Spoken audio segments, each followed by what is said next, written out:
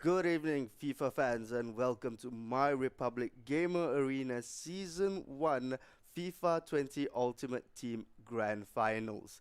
So, players from 4 countries, over 100 players have battled it out for the past 7 weeks to get here, and now we're left with just 4 of them left, and they're fighting for the prize pool of 11,000, with 5,000 going to the first place winner. On the commentary team today is myself, Moiz, And my name is Evil Swat, and both of us will be your commentators for the whole of the rest of this series here. Again, these are the grand finals. Like Moiz says, total US $11,000. We had well over 100 players from the beginning. We're now to the final 4. So we'll see if we can take a look at the prize pool. The prize pool table here. Yep, there you have it. First prize, a whopping 5,000 US dollars. And even the player who ends up last for today will end up with nothing less than 1,000 US dollars. And who are these 4 players for today? We got 2 of them from Malaysia, another 2 of them from Indonesia. The top 3, Phoenicia 24, Doodly-Doo, as well as I believe Raja Kenny P.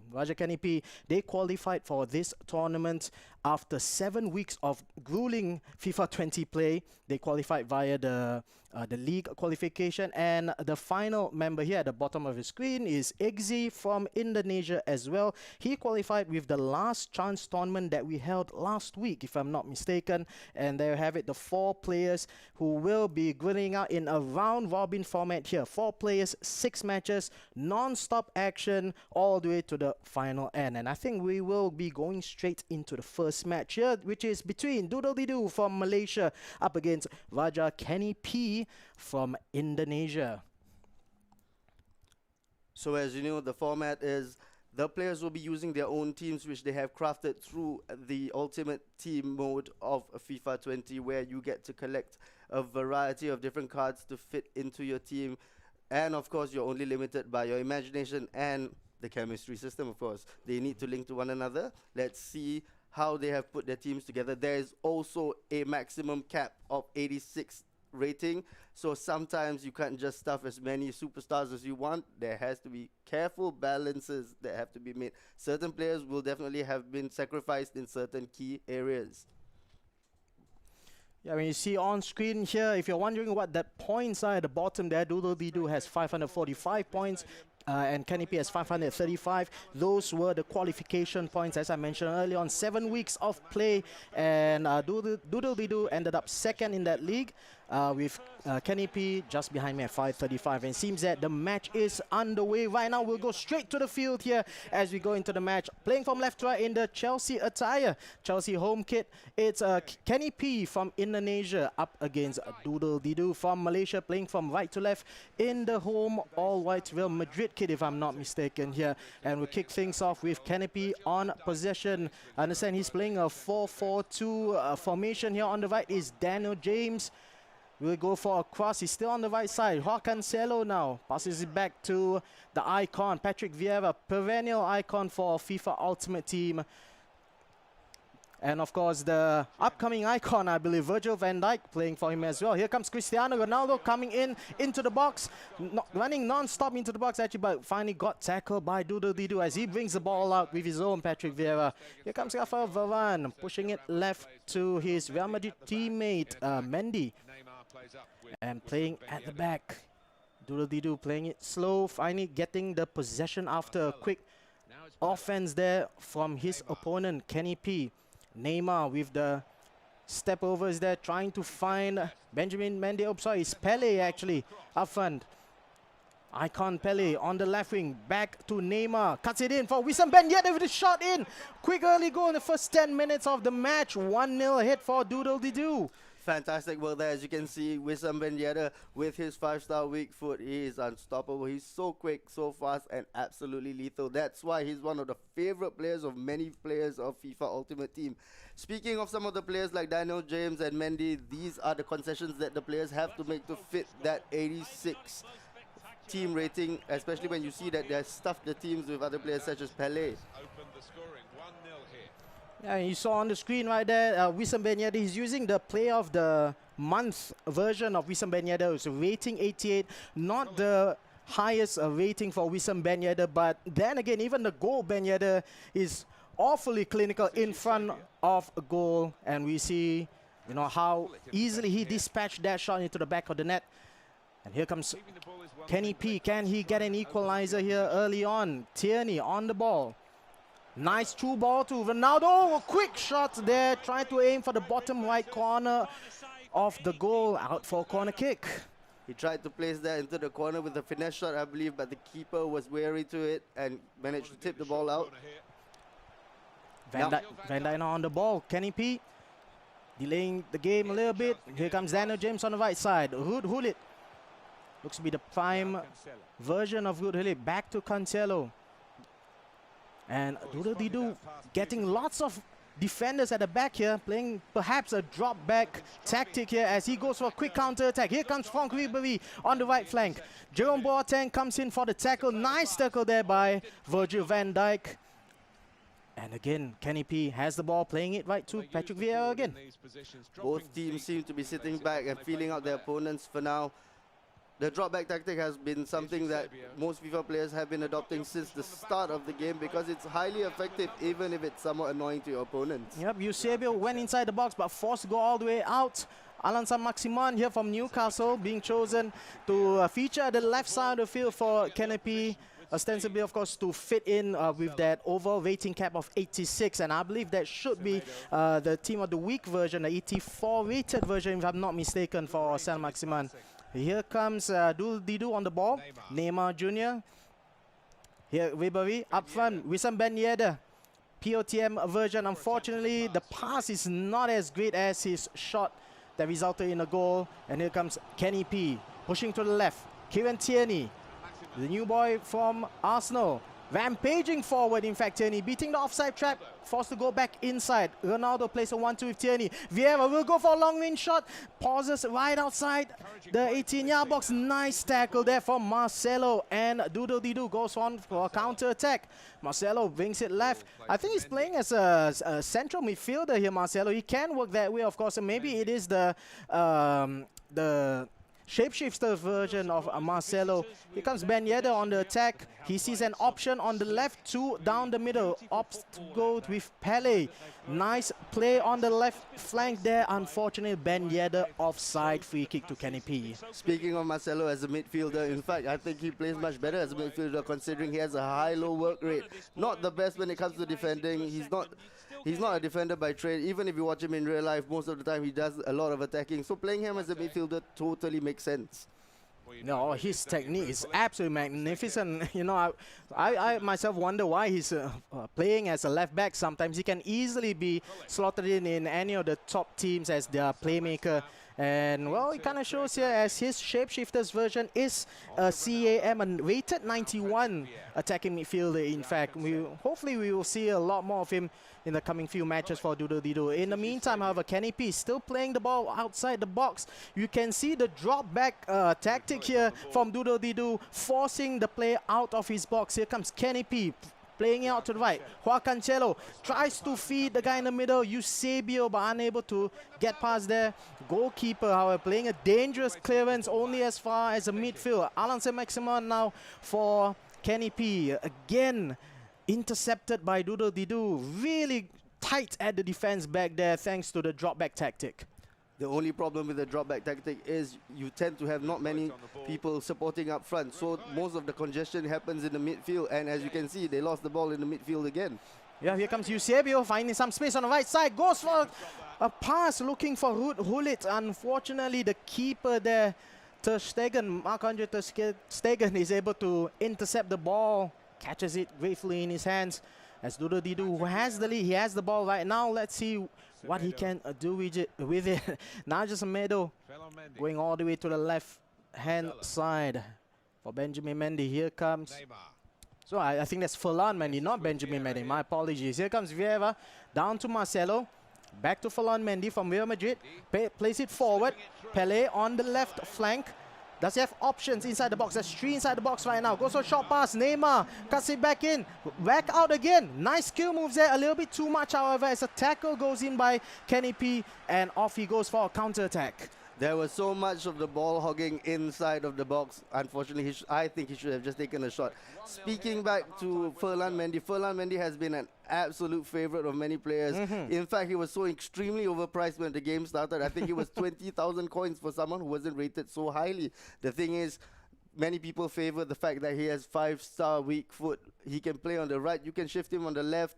Both are perfectly fine considering his 5-star weak foot, and he's an absolute tank. His physicals are amazing. So even though he's rated pretty low, people still tend to use him. And the Real Madrid link is easy as well. Oh, obviously, yeah, with Varane centre-back as well as Marcelo at CDM, left CDM if I'm not mistaken. Yeah, the links are definitely there. Ferland Mendy, if this was the rated 80, oh, no, I just saw it was the rated 85 Footmas Ferland Mendy, however. Yeah, so, well, even then, there was an SBC, it was a squad building challenge reward, and man, 311,000 coins in order to complete that SBC, which shows the popularity and the meta-ness of Ferland Mendy's card. And it's rating 85. I think that's putting it mildly. I think it's pretty underrated on the field. However, really excellent, like what Muiz stated, all his strengths. Anyway, the second half of this match between Kenny P as well as Doodly-Doo has started here. Kenny P is on the ball. He's playing from right to left in the all-blue attire. And his opponent, Doodly-Doo from Malaysia, who has the lead, is on defense right now, playing from left to right in the all-white attire. The nice through ball there, unfortunately not finding the target, Hulit, inside that box as Doodly-Doo goes out for a counter-attack. It's absolutely fascinating to see how they've slotted in these various players which, change up things, such as Ribery. Is not someone you'd normally think that would be in the team, but there is a 91 version of Ribery, his shapeshifter, which is absolutely fantastic. But having these players which normally don't feature in these teams makes this kind of unique and interesting. So that's exactly why EA have implemented the ratings cap. And as you can see, not every team would be samey otherwise. Exactly. Here comes Ben Yedder looking forward to Pele. Finds himself in the middle of the area. Ben Yedder goes for a shot and yes in Ben Yedder. Wissam Ben Yedder. Rating 88 POTM version scores his second goal of the match. It's 2-0 for the Malaysian Doodly-Doo. He's absolutely devastating. Second time he does it, he just turns his defender. It doesn't matter if you turn him on the left, doesn't matter if you turn him on the right. Both feet are absolutely deadly. That's 5 stars. 5 stars indeed. Wissam Ben Yedder, only thing about him is he's kind of small. He used to have really bad stamina as well, so players just tend to play him as stay forward. But if he stays forward, he gets the ball, he gets it on the turn, he can place it into the top corners, top bins, no problem, anytime. Yeah, 4-star skill moves, 5-star weak foot. He's really a pesky player there. He's being deployed as a lone striker, but look at the trio of players supporting him at the back. Pele on the left, Neymar in the middle, Eusebio on the right. Honestly, any one of the top 4 can just shoot and score. They're all so clinical finishers here, and it shows in the scoreline. 2-0 ahead for Doodly-Doo. Doodly-Doo has actually been playing decently so far, but I think that the passing in general has been a bit bad for both teams. They're giving away too much. If they held on to... What Doodly-Doo needs to do right now is he needs to hold on to the ball because he already has the lead. He just needs to play this one out. And this is where the tactic of stay back, overload ball side will come into play. One thing that we must say is overload ball side has been nerfed recently by EA. So let's see if anyone still falls back to type and goes with what they know. Because at this moment, most players will just go back to drop back, one depth, overload ball side. And of course, with the latest patch that was just released a few days ago, players using overload ball side will have a greater reduction of stamina the longer that a tactic is activated. We do see a change in formation from Kenny P here, switching to a 4-1-2-1-2 or 4-4-2 diamond.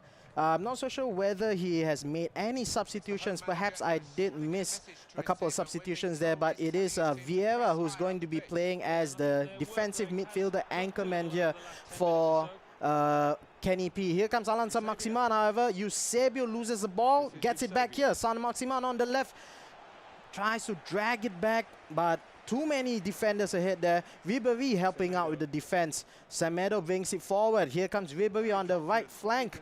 Neymar, the attacking midfielder, links it up with Ben Yedder. Possibly a 1-2. Here comes Pele. Neymar Jr. here on the right. Tries to feed Ribery. Unfortunately for Doodle, Kenny P was there with the defensive act there with Quintania. Here comes on the attack. Daniel James on the right flank. Can he find anyone? He's being isolated now. No less than 3 defenders on him. Finds Ronaldo. Can he go for a tackle? Nice tackle there by Semedo, in fact, from Doodle. And Ribery kicks the ball away. Speaking back to when you said it was playing 4-1-2-1-2, 4-1-2-1-2 makes a lot of sense because most of the time the concessions are being made left back, right back, and on the wings. All you need on the wings are pretty fast players as well as your fullbacks. So playing through the center, where most of your strong players are, would make absolute sense. And there we see, I believe that's Virgil van Dijk giving away a free kick. Free kicks are hard this year, but there are Really a lot of hard. options, yeah. Yeah, with the revamp of the free kick system here in FIFA 20, it's a lot more difficult to score goals. And here comes the layoff to Ronaldo on his left foot. Feeds Daniel James on the left. Will go for a pass. Well blocked out there. Sam Maximan to Ronaldo. Goes for a snapshot there, out for a corner kick. That was a mistake, I think. I think Saint Maximin should have taken the shot right there. A near post header there by Ronaldo. Unfortunately, goes well wide the target. Still 2-0 for Doodle. As the time ticks down, Doodle seems to be in trouble. 20 minutes left plus extra time. Can he pull it back too? He needs one, and he needs one quick. Otherwise, this game is about to run away from him completely. Yeah, there was a mistake there by Doodle. Here comes Ronaldo for Kenny P. Back to Vieira. Back to Ronaldo for a close range shot here. Well blocked by the defender. The goalkeeper, however, in 6s and 7s, and has to be kicked out for a corner kick by, I believe that was not just Nelson Semedo, if I'm not mistaken. We see a pause here and perhaps a change in personnel. We're not so sure, but he's looking to be playing a little bit more defensively, Doodle. He's trying to play wide. He's trying to cover the angles from out wide. That's to stop the crosses from coming in, because crosses, going to the byline and crossing it in, low crosses are absolutely dangerous. It's one of the best ways to put it in. Many people say it's called a sweaty goal because they say it's cheap, but whatever works. And going wide is something that we've seen has worked so far. But in this case, they pulled it back to the top of the box where Wissam Ben Yedder has always been, slamming it home. Yep, long corner kick there, punched out by the goalkeeper Ter Stegen. Here comes Kenny P outside the box with Vieira. Back to Boateng, the defender. James looking down the middle, almost finding Ronaldo. However, yet again, the defense for Doodle has been really tight at the back there, ensuring their clean sheet is maintained. A nice spin turn there from Neymar. An equally brilliant chip forward for Ribery here. Ribery bringing the ball back. Here comes Vieira, finding plenty of space for Ben Yedder. Unfortunately, that pass, yet again, twice so far this match, Ben Yedder has not been able to find that killer final pass in the final third. Pele is unable to tackle that as well. And here comes Kenny P with the offense. Tierney on the left flank, lots of space. Semedo coming in to cover. Will it be enough? Tierney gets back to Hulit. Kenny P still trying to find his first goal. Only 10 minutes of in-game time remaining. Will it be enough? Hulit now. Forward to Ronaldo on his so-called weaker left foot, even though he's actually 5 stars weak foot. But unfortunately for him, the ball gets cleared out. Ribery finding acres of space on the right flank. Nobody except his teammates inside the box. Will he go? He gets a cross in. Unfortunately, he decides to cut it back to Semedo. He's trying to buy a bit of time here. Here comes Neymar in the middle. Wissam Ben Yedder finds himself surrounded by 3 players. Whoa, Pele with a first time shot aimed to the top right corner. Well saved for a corner kick. Even at 2-0 up, Doodle is looking for the killer blow. He's not going to hold on to the ball and go to the corner. That's not his style. Although it may backfire right now, Kenny P is on the ascendancy. He's on the attack. He has men down forward. the middle. He's down the middle. Who is this? This is Eusebio. Oh, Eusebio hacked down by Ramos. That should surely be a red card, is it not? It is indeed. That was a professional foul. Ramos was right there. He knew he had to take one for the team. Hacked down Eusebio. Eusebio was clear through. In fact, I think that may not have been totally necessary because the time and the score, he should have just let it go. And he was not in the most prime of position to score a goal as well. But, well, it could result in a goal. But then again, like you mentioned, we're into the 84th minute of the game. It could be too little, too late. But then again, you know, it's only a 2-goal lead. Things can happen here. And we'll have to see whether this was a necessary tackle here by Sergio Ramos. But now, Doodle having a 2-goal lead, down by 1 man, however. Attacking free kick for Kenny P. Will it be a direct one to be taken here? Oh, it looks to be laid off to Eusebio. Here comes Ronaldo, still outside the box, being forced out. Ruud Gullit back to Vieira, finding Ronaldo. Cut back, Ronaldo gets a 1-goal back. Is it too little, too late? However, 2-1. Team of the year, Ronaldo, their brilliant pullback and shot. He has a thunderous shot, so it doesn't matter where it takes it from. Left leg, right leg, also good. Oh, unfortunately, I don't think that is quite enough for him. Right now, if I were Doodle, I will be looking for the corners to hold on to the ball, and that looks to be exactly what he's doing. I would be surprised if he crosses here. He does not. He tries to pull it back into the corner, but unfortunately, it seems that he has given it away. Will it backfire for him? Only 1 man up there for Kenny P, though.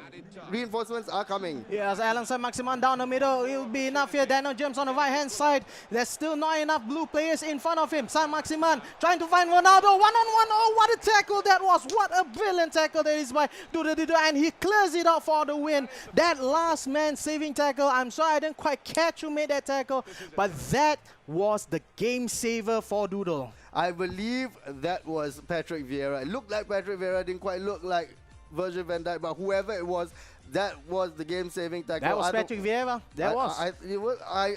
I'm sure, because Patrick Vieira, he plays perfectly fine as a central defender as well. It's fantastic. That was a fantastic match. Ooh. Unfortunate for Kenny P, couldn't quite pull it off. He came so close. Had he pulled off that last second winner, oh my goodness, I think it would have broken the heart of Doodle-Doo, considering the fact that he gave the ball away needlessly on the right side while attacking. Well, that's the nature of football, of course. You know, one decision could totally change a game. 2-0, we've seen many times where 2-0 deficit was overcome, you know, within like 5 minutes of the match. It's been done before. We've seen it before. So that was a really close one for Doodle. But in the end, what matters, of course, is the final result. Doodle-Doo goes ahead in the lead here after that 2-1 final scoreline against Kenny P. We are going to go straight to the next match, if I'm not mistaken. Here it is between Phoenicia 24 from Malaysia up against Eggsy from Indonesia. And of course, Phoenicia here qualified with a whopping 620 points. He is at the tippity-top of the league qualifiers here. In fact, he did so well that in the 7 weeks of qualification rounds, he has finished at least second, if not first, in the first 5 weeks of the qualification. The 6th week, I think he only had like 20 points. He didn't even enter in the 7th week, if I'm not mistaken, and he's still at the top. At the top of the table. If there was to be a favorite, I guess it would be Phoenicia. If there was an underdog, it would be Eggsy. It will be. Because Eggsy came in at the very last minute. He won a tournament to get here. He didn't qualify through the 7 weeks. He is the Rocky Balboa story right now. He comes in at the last minute. Can he win it all? If he does, it will be amazing. But the first thing that he has to overcome is Phoenicia, and Phoenicia is the Titan right now. His score is immense. He looks to be the clear favorite. So let's see, the big dog versus the underdog. Let's see what happens. Yep, here we go. So it is Phoenicia up against Eggsy, and it looks to be... I'm not so sure which is which, but I believe Phoenicia is on the ball now, playing from left to right, and Eggsy is playing as a white and blue team, playing from right to left. So I'm not particularly sure what jersey the white and blue team is, but I don't think that particularly matters. Black versus white. Currently Neymar on the ball, showing off all his skills. He has Neymar and Messi on that side. Wissam Ben Yedder as well. Wiggles his way around, turns around. Wissam Ben Yedder again for the 2nd game in a row. We see him somehow wiggling his way through. His tiny frame gets a clear shot. He takes it this time with his left foot, and he slams it home. Left foot there. Oh, we didn't get to see the replay, but fantastic work by Wissam Ben Yedder. Yeah, it's a once-to-watch version of Wissam Ben Yedder, rating 87.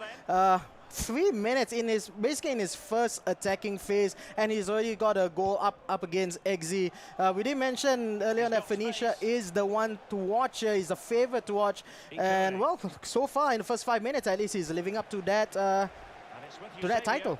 Eggsy, though, is trying his best to get back into the game, but unfortunately the ball has been given away to Phoenicia. Phoenicia taking his time. He's waiting for reinforcements to come back. Ooh. What a giveaway there right in the middle. Right now there's an opportunity for Eggsy.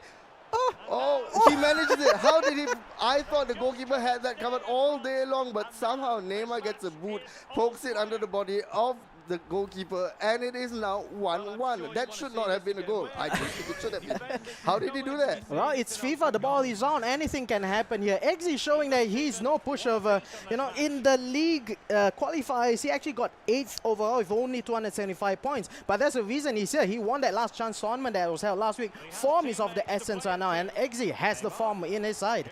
So if we look at it, Eggsy actually probably is the cooler, calmer person, because he actually had to go through a whole tournament to get here, knockout tournament to get here.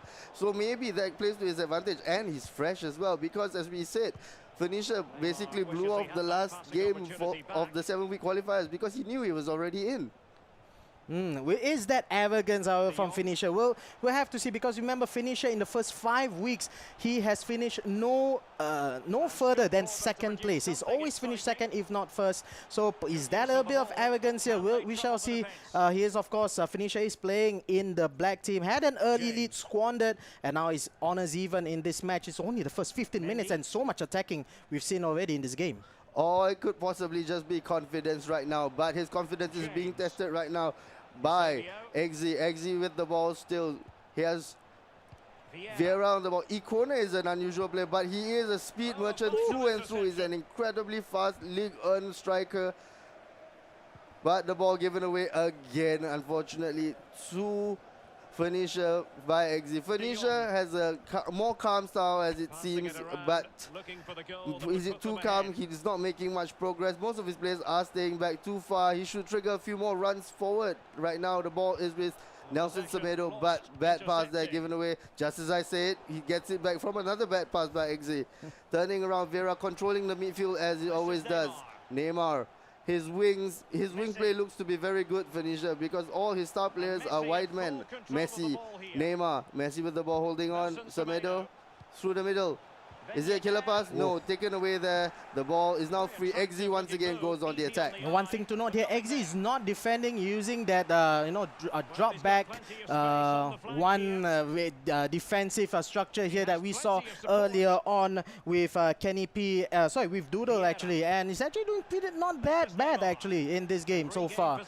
It's a difficult tactic to pull off. Takes a whole lot of cojones and a lot of confidence to pull that off, because your players, as you can see, his players are pretty far up, and he has players like, is that David Luiz, I think? Yep, it is. It is David Luiz. David Luiz doesn't have the best work rates for a defender. He tends to push up quite a lot, so maybe that is playing right into his style. He wants to win the ball up high and start counters quickly. As you can always see when he gets the ball, the way he progresses forward is at speed. Wissam Ben Yedder here, trying to find Neymar on the side. Neymar seems to be giving the ball away quite a lot in this match, saying that Nelson Semedo bails him out. Ben Yedder turns around, great pass. Mbappe, can he find Ben Yedder, or will he go alone? He tries to pull it around. Unfortunately, Boateng is there sticking a big boot out and getting the ball back. Hulit is trying to counter right now. Does he have support? He has 4 men ahead of him. Go wide? Does he go wide? He does not. Now the ball is back in the center with Hulit. Hulit controlling the ball, going down the left. Tierney is a favorite of many, it seems, this time around. Eusebio.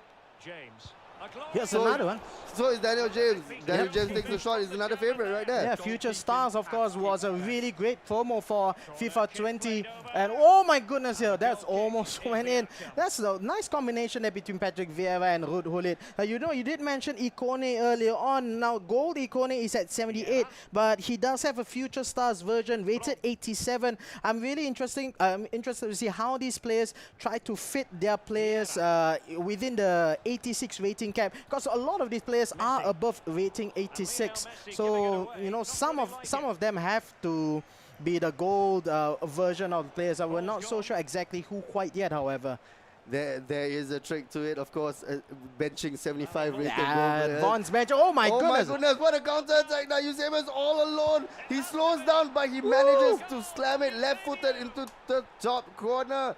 Again, Eusebio, deadly small man. The deadly small men are the ones that are currently ruling the roost. Ben Yedder and Eusebio. Eusebio is a perennial favorite. I personally have him. I personally love him, and I can totally understand why. It is now 2-1 to Eggsy. Eggsy is taking down the giant at the moment. You know, it's funny you mentioned that, because in FIFA 20 it's so difficult to go to the wings and get a cross in. Unlike FIFA 19, it's almost near impossible to get a header goal. I mean, it is possible, sure, but it's ridiculously difficult in FIFA 20. So when you say the short and lean body style players are in vogue right now, that's absolutely the case with players like Wissam Ben Yedder, with players like Eusebio, players. FIFA players want people who are pesky, with at least 4-star skill moves on the ground. They can play the ground game really well, and that's why you see a lot of players choosing people like Daniel James, Kevin Tierney. They're not really that great in the air, but in this game you don't need to be great in the air. You just need to play the ground game. Which also explains why Messi was much more expensive over the course of this game rather than Cristiano Ronaldo was last year.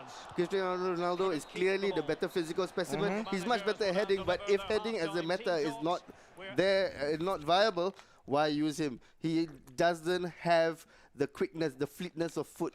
He is a tank, yes. He can get you the wins in the air, yes. But nobody plays crosses in this game. Yep. Unless it's a driven cross. But even then, we don't really see that much type of gameplay here. You know, yeah, and Messi, he was never meta in the previous versions of FIFA. Come FIFA 20, however, is the closest thing to God in this game. So it was absolutely magnificent to see, you know, like finally a player like Lionel Messi being used more often in tournaments and competitions like this as well. Right now, Eggsy still holds the lead at halftime, 2-1. Can he hold on and take down the juggernaut that has taken the 7-week tournament by storm? Right now, he seems to show no fear, barely any respect for his opponent. He doesn't care for the reputation, and he's absolutely going for it. That being said, though, Phoenicia has the ball. Just as I said that, as we always say, the commentator's curse gives the ball away. Although he does manage to retrieve it. Frankie de Jong here. Frankie de Jong playing it out to Semedo, his Barcelona teammate. Cross back into Vieira. Right now he's trying to work the ball into the goal. Basically trying to walk it in is the name of the game right now. No. Unfortunately, he doesn't get it, and countering at speed, as we have come to notice, is the style of Eggsy. Eggsy, unfortunately, that was a little too much haste. Yeah, well, both of them are not defending with the drop back tactic here. As we see Falam Mendy being deployed on the right side as a right back here for Eggsy. And like you mentioned in the first match here, Falam Mendy is so good. He can play as at both flanks, whether left back and right back, because of his 5-star weak foot. He's a really talented defender, and this is only his first season with Real Madrid. He could be really the next Marcelo. We will see in the future. We keep banging on about how 5-star weak foot players are so valued.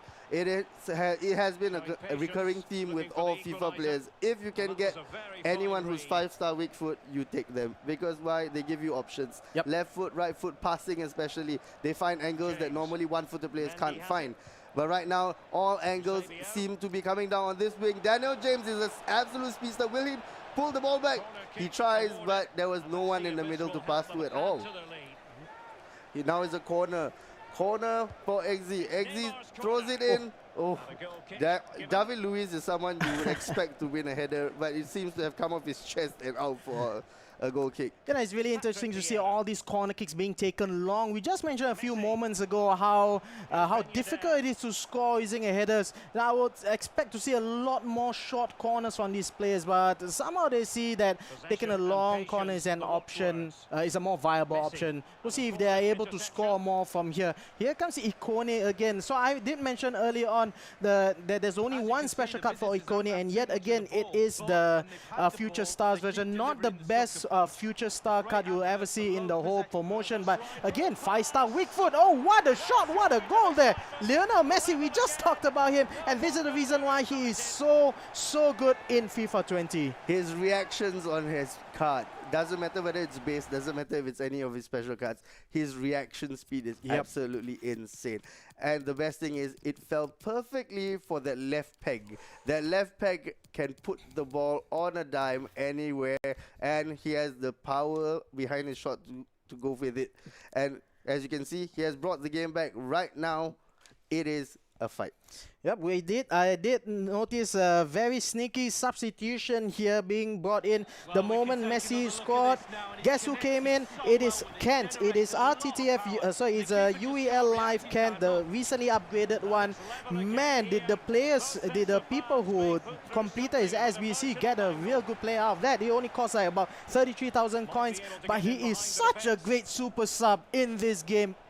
Absolutely magnificent. Even his unupgraded version was so meta, and now he's upgraded to an 84. I can't wait to see how Eggsy uses him to full effect here. He is an absolute speed demon. The only problem with Kent is it's nearly impossible to get him on any chemistry in your starting lineup.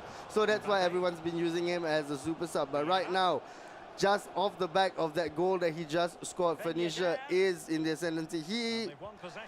Commentators' curse never fails. Every time I open my mouth, the ball goes away. Phoenicia now, can he get the ball into the middle? He wants to get it to the middle, but the ball play has always been on the sides, as it seems. Does he go wide? He doesn't. Oh, he does a trick towards the right. I did not see that coming. Through the center, I believe. Yes. Neymar, fantastic first touch to James. I don't think that's going to get to Neymar. That was such an easy ball to intercept for the central defenders. Oh, but the crossfield passing, however, being shown by Eggsy. Now that is confidence. Remember, he did come here being 8th place in the league qualifying section here. Phoenicia is first place, totally unstoppable in the qualifiers, but he's having so much trouble here up against Eggsy, who only is playing right now today because of a last chance tournament that we held last week to find the 4th player here. And in fact, he could even go for a goal. Kent on the attack here loses the ball, however, in his first touch of the game after being brought on as a substitute. But still, it's still a bit early. We're coming into the final 10 minutes of the match here. I think maybe the taking a break tactic has come back to haunt him. He may be a little bit rusty, Phoenicia, but definitely, as we can see from his scores from the qualifiers, he definitely has the ability to punish players. Right now, can he find the winning goal in the last 10-odd minutes? He has the ball. He's playing it through with Frankie de Jong. Frankie de Jong to Mbappe. Mbappe gets a little bit stuck up with Daniel James. He manages to turn around Daniel James. Ben Yedder here, the pesky one. We shall call him the pesky one from now on. Does not get the ball through. Is this a counter at speed? It turns around here. The midfield is getting too muddled. Everyone is losing the ball in the middle right now. I think it's becoming a very scrappy match, as we see that both teams are trying to force a goal instead of trying to calmly get a goal. Yeah, it's a huge melee in the midfield area here. Gullit getting the ball in the middle, but you look up front, there's nobody up front. He only sees Daniel James on the right. Again, not many players up front. He has to wait and wait for more people to come rushing forward. And now, finally, so much better position here. Almost gone into a perfect position. However, again, when you wait that long, you're getting the defenders back as well. And Phoenicia manages to get as much people back into the game. Half of Phoenicia's team was waiting right outside the box. But right now, Eggsy, he has a great opportunity, but a sliding tackle there by Nestle Semedo, one of the best right backs in the game. And he now has a corner, but let's see what he does here. He takes out James, and in comes Saint-Maximin. So pretty much like for like, speedster for speedster. So what he has now is that he has bags of stamina left. He can just hold down that sprint button and just barrel right down the right wing. But will that work? Will that be useful? Right now, it's only like 2 seconds before the 90 minutes are up. Let's see how many minutes are added for extra time. But I don't think at this juncture we're going to get another goal right now. Well, maybe not. Yep. Then we have confirmation that Kent was in for Mbappe and Saint-Maximin was in for James. Yet again, another long corner kick taken. Oh, but Ter Stegen only just punches it out. Very interesting.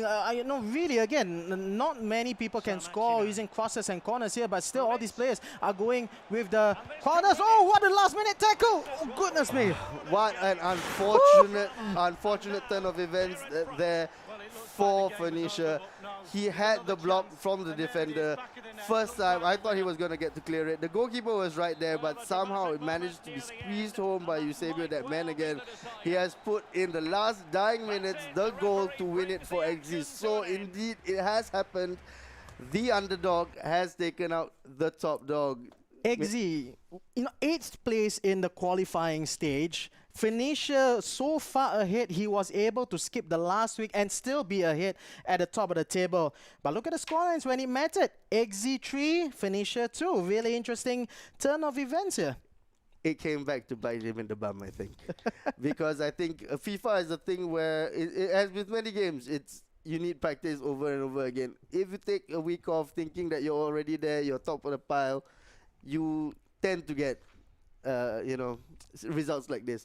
Because, and especially like you said earlier on, the one in hot form right now is Eggsy. He's won that tournament to get into the last spot for this finals. He knows what is on the line. He's fought for it and he's gotten it. So he's hungry. He's definitely hungry. Oh, he definitely is. And looking here at the table at the moment here, Eggsy seems to be leading in terms of goals. Why we are recording the goals here? Because if there is any sort of tiebreaker in this round robin stage, it will be the amount of goals scored that we use as a tiebreaker here. And that is why we are keeping track of the amount of goals scored. So it is really important. Winning 3-2 is more important than winning just 1-0 because of this ruling here. And well, looking at the table, Eggsy does have the lead with his 3 goals. Yeah, it's not so much goal difference. So the 2 goals, yes, it does help his opponent, but in scoring 3 goals, the more goals you can slam in, the more goals you can add to your tally. That's exactly what you want. If you can hammer your opponent with a huge scoreline, that's exactly what you want to do. That is if it comes down to a tie break. If it is a clear winner, then obviously none of this is important. That's right. Well, we're going on to game 3 in the... game 3 of the tournament. It is Phoenicia up against Doodle. Malaysia versus Malaysia here. Phoenicia, we saw early on, losing 2-3 against Eggsy, who did not have a great qualifying run, but is going really well in his first match here. And his opponent, Doodle, who did win his first match against Kenny P, 2-1. What do you think we'll be seeing here? I think Phoenicia will definitely need to rethink his tactics if he's not able to even get over somebody who barely had like 250 points in the qualifying stages. All I can say is that if that didn't wake Phoenicia up and that didn't ignite the hunger in his belly, nothing will. He knows that he was here, he was the clear favorite, but having been stung in his first match and now up against his fellow countrymen, I think he definitely wants to go early, get a goal, and he wants to make a statement right now. So if I were him, I'd be going gung-ho all-out attack. But again, if you let it get too much into your head, that might cause a problem as well, because too much of an attack and you're just liable to get attacked back. And counter-attacks in this game, if you play them right, are absolutely deadly. We saw Eusebio on a lightning quick counter-attack scoring just now. Yeah. Yep. Oh, that must have been, that last goal by Eusebio, however, that must have been a dagger through the heart of Phoenicia. In the 92nd minute, if I'm not mistaken, pretty much almost virtually the last kick of the game. He actually got the block off initially, but the reactions from Eusebio, prime Eusebio, if I'm not mistaken, were just buried into the back of the net. Well, that was the second match early on, Phoenicia versus Eggsy. And now we're into game number 3 here. It's Phoenicia up against Doodle. Phoenicia on the ball here, playing in the all-black attire of Dortmund, playing from left to right. He has the ball. Can he go for another early goal here? Yet again, Wisam Ben Yedder almost in a repeat of the first match against Eggsy, trying to cut to his left foot to whack it to the back of the net. However, Doodle was up and aware of that threat, and he gets the ball out. Of course, Doodle did win the first match early on against Kenny P. He has the ball now. He's in white, playing from right to left. Unfortunately, as you can see, the lineup scrolling there is a common problem we see in FIFA where the players' names become undefined. We will try our best to call from the looks of the players, which is going to be extremely difficult. But right now, it is Doodle-Doo in white who has the ball, and Oh my goodness. Was that Socrates there? I'm not so sure who that is. In fact, Marcelo. No, it was Marcelo playing as the CDM. it is going to be an epically difficult match to call without the names being there. Right now, all we know is that Phoenicia is on the attack. Phoenicia almost telegraphed his first attack. It is the same attack he used previously. I think maybe that is his go-to attack at the start, but luckily Doodly-Doo was awake and live to it, and he managed to stop it. Well, here comes Phoenicia on the attack. Frankie de Jong, it should be here. I'm just trying to run off the via my memory of the previous matches. Neymar in the middle, well blocked out by Marcelo for Duda as he goes on for the attack, being brought to the right flank. Here comes Semedo, if I'm not mistaken. Here again, it is very difficult to cast this match when you have no idea who the players are because there's no indication right now on the screen. On the left here, I have no idea. Ferland Mendy brings it forward, and I think it's Pele because Doodle-Doo did play Pele on the left flank in the previous match, and I don't think either of these two teams really changed the starting lineups all that much. Here comes Wissam Ben Yedder up front here, well tackled by the defense for Phoenicia as he aims and looks forward. Vieira, I believe that's on the left flanks. Oh, or is it Mbappe? I think it is Mbappe. On the right is Neymar for Phoenicia. Well hounded out there by Ferland Mendy. And Pele comes back to help in defense as well. Nice flick over there, but Marcelo equally technical in defense as well as offense as he gets the interception off for Doodle. After like about 20 minutes or so in-game play, still honors even here in this game. Yeah. Right now, what I can observe from Phoenicia is that he's heavily reliant on that Neymar side together with Mendy, I believe. Nelson Semedo. He likes to play down and try to get open gaps with Neymar because I think Neymar with the 5-star skills, he can manage to eke out a little bit of space for the cross in, the low-driven cross in. But right now, as it stands, most of the gameplay is through the midfield. The midfield is not giving an inch for both teams. Nobody has gotten a clear shot apart from that Wissam Ben Yedder shot. Here comes Ben Yedder from Doodle-Doo, forced to go outside of the box here by the defender. Can he cut back in to find Pele on the left wing? Is unable to do so. Hastily cleared out by Phoenicia. He goes on for a counter attack. What a tackle that was from Sergio Ramos. Remember the first match he was red carded for that professional last man foul there, but absolute tank in defense at centre back there for Doodle-Doo. Forward now, Marcelo lays it to his right side to Vieira. Looking forward, there's only one option. Here comes Neymar in the middle here. Pele, as we get the names back on the screen right now. Pele on the left wing, hounded by no less than 2 defenders up against Patrick Vieira, who absolutely was splendid in tracking back Pele, one of the history's best players in the game here. Frankie de Jong right now for Phoenicia. Mbappe finding the ball really deep. He needs to move forward to help with the attack here. Long block, however, with the off-balance pass up in the air. Luckily for him, his teammates manages to keep the ball in play. Here comes De Jong in the middle. I believe that should be Team of the Year, De Jong, if I'm not mistaken. Because, well, he hasn't really gotten much of special cards in his favor this season so far. Lionel Messi, however, with lots and lots of special cards in his name, but you don't need a special card of Messi to do well in this game. Even the base gold card will be enough. As here comes Doodle-Doo getting the ball away on the left flank. Ferland Mendy looking forward to Marcelo. Ben Yedder being assisted up front. Nice sidestep there. Drag, roll the ball to his left. Marcelo again. The dribbling is nice, but the passing not as cute. Neymar up off in front. Will he go for a shot? Goes for a fake shot to get inside the box. However, it is well defended. I can't say the same for Mbappe, however. Marcelo in the middle. Looking left. Here comes Ferland Mendy. High pressure here from Phoenicia, who's also utilizing the drop back function. Look at the amount of players behind the ball in defense for Phoenicia. However, well, that tactic did not work in the first match. Considered 3 goals, but it is working so far in this game here, coming into halftime, and still 0-0 for both of these players. It seems that unfortunately both players are very tepid, very tentative, very cautious when it comes to the gameplay. Nothing much has been developing so far, other than, like I said again, the Wissam Ben Yedder shot early on. Right now, again, he goes with his go-to tactic, Phoenicia, going to Neymar, finding Neymar. He seems to really favor Neymar on that side. But the ball again is given away in the midfield. This has been a war of attrition, mostly in the midfield area. Yep, coming into injury time here in the first match. Lots of build-up, but not so much in the inside the box itself in terms of final chances here.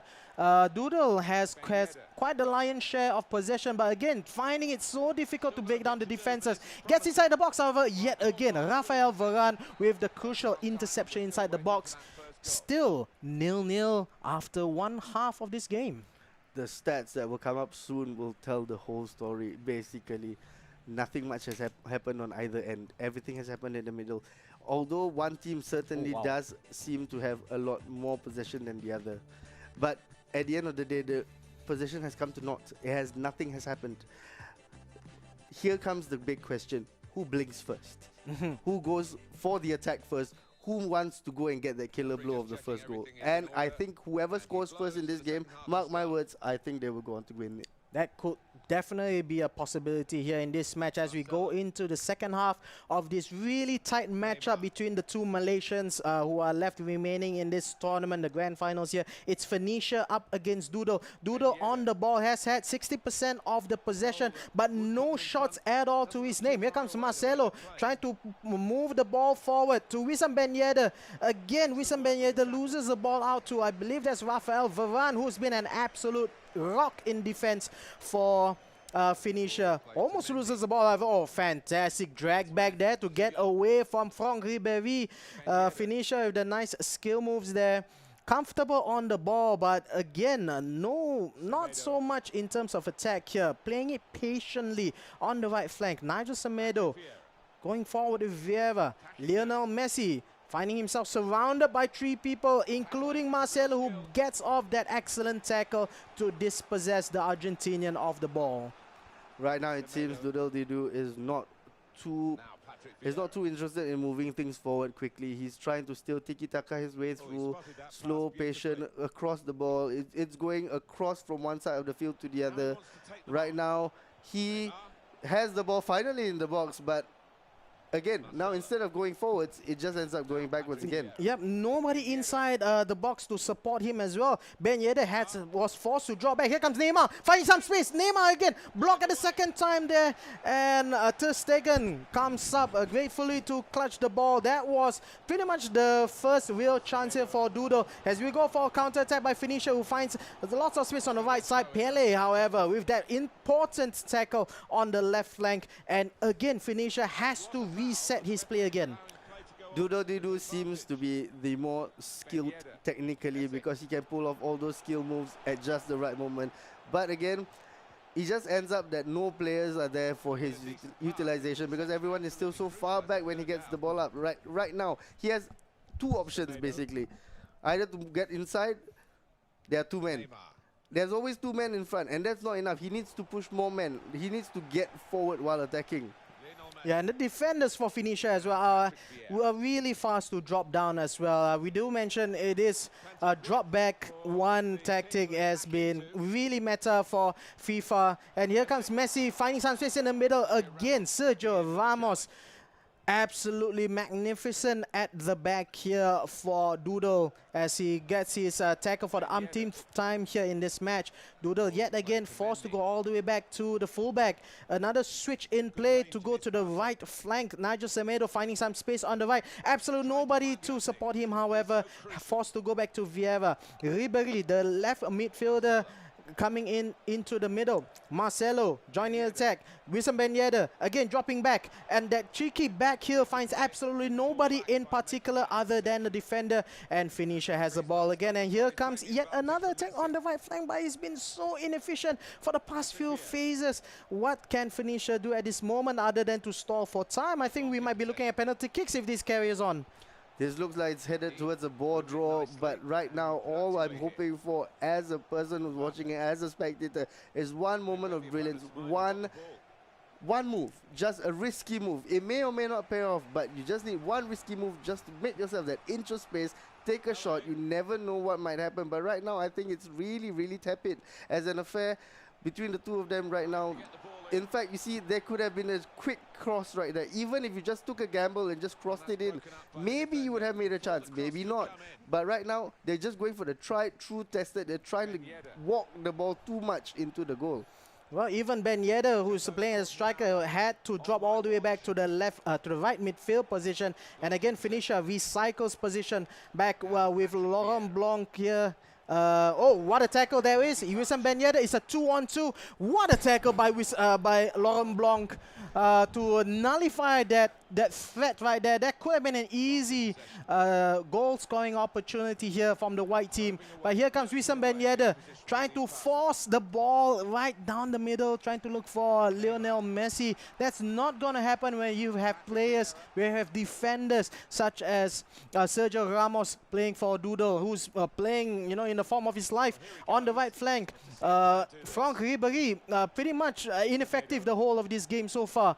Vieira back to Marcelo. Pelé cutting in deep with the heel-to-heel flick, unable to fool the defender in front of him. I believe that was Patrick Vieira. Again, 82nd minute, attack on the right flank for Phoenicia. He really likes that flank, but it's not making good use of it so far. Vieira, again, Marcelo with the interception. The defense for both of these teams are pretty much top-notch. I can't say the same for the attack, however. There is no knock on the defense whatsoever. This is a defensive masterclass. But the problem when you put two defensive masterclasses right next to each other is, again, most of the gameplay is being stifled both directions. As we can see again, the ball, the defender gets it. They're going to play simple passes. They're going to slowly make their way up again. There is no urgency. No one is taking that risk at the moment. And we're left with less than 5 minutes. Right now, Phoenicia has the ball. Phoenicia, do something. The moment I say that, he loses the ball. 88 minutes of the game has elapsed so far. We believe plenty of space up front. This might be an opportunity here in the final minutes of the game. And Ben Yedder loses the ball so easily there to the defense. Mbappe, however, he has lots of energy to burn. Cuts in the middle. Vieira cuts it back inside again. Passes it back. There's only 2 minutes of extra time remaining. Yet again, Patrick Vieira for Doodle gets the interception off. We're not going to see anything from here. Nah, it's too little too late. The regulation time is going to end with no goals whatsoever. Not even goals. I think there weren't any pretty much shots. Yeah, one shot on target in the entirety of the match goes in favor for Doodle. And that's about it. We're going into extra time. My goodness, the attacking for both of these two players. You got to take note, both of these two players are at the top of the qualification stage and they can't attack. The most great thing of everything is that the fact that the shot, the only shot of the game came in like the 3rd minute of the game. Everything else has been just ping pong, balls won, balls lost, balls won, balls lost. It just keeps going back and forth. The possession numbers for both teams are fantastic. They're holding on to the ball. Use the ball to do something, unfortunately. This is not the time to worry too much. If you lose, you lose. But you have to take that gamble and go for it. Well, it looks like both of them are fans of swinging the ball to the other flank. But, well, it's one good thing to hold possession, but it's another thing to use it efficiently here. Yet another great tackle. I got to admit, the defense have been top-notch for both of these players here. Frankie de Jong sprays it to the left side for Phoenicia. Here comes Mbappe with some space in front of him, trying to get past the defender. Again, taking too much time, and now all the white shirts are behind the ball in defense. Here comes de Jong with a drag back, looking forward. Lionel Messi cuts in inside to Wissam Ben Yedder. There goes for another shot, and that's why you need to shoot in this game. If you don't shoot, you don't score. Wissam Ben Yedder, the first goal in the game in early extra time. 1-0 hit for Phoenicia. Fantastic. That's exactly it. You miss 100% of the shots you don't shoot. Just turn around, take a snapshot. He curled it with the outside of his foot. Wissam Ben Yedder can do magic. And he pulls the rabbit out of the hat again for an outside the box shot with the outside of his foot. Like a Trivela shot, right? Exactly. It's a fantastic shot there by Wissam Ben Yedder. He has so far been the single best player on all the matches. Everyone seems to utilize him fantastically. Wissam Ben Yedder, no wonder he's so highly rated among the FIFA community. That man is lethal. 1-0 ahead for Phoenicia here early in at the first half of extra time in the 95th minute of the game. And it seems that Doodly-Doo, who have had quite a lion's share of possession in regulation time, now, however, does not have the lead whatsoever. He needs to move forward, get the ball firstly. Phoenicia has it. Wissam Ben Yedder finding some space in the middle. Another great tackle there by Sergio Ramos, as Doodle comes forward with Marcelo, who's having quite a lot of time on the ball, but again, it's just a simple passes left and right, not much in terms of forward movement. Here comes Marcelo again, not finding many options here. Looks forward to Ben Yedder, finds Alan San-Maximin, however being herded into traffic there in the middle of the pitch, and Phoenicia gets the ball yet again. Phoenicia right now must be panicking. This is the second time that he is in danger of losing. The first one he actually did lose. He is the big guy. He is the one that we mentioned even before the tournament started, that this guy is the one to look out for. He's going to be the major threat. But right now, he seems pretty meek. He doesn't seem to be pulling off anything special. Maybe, I don't know, is it the loss of confidence from the first match, the first loss? I thought he would be hungry. But right now, he seems to have settled. He seems to have more or less accepted his fate. He hasn't gone out to push hard. Let's say if after the goal, he went all-out attack, you know, that's something to respect. You know, you're hungry. You want to get that ball back. Yes, it's dangerous. Yes, you may get counted, but you're trying. Right now, he's doing the same thing over and over and over again.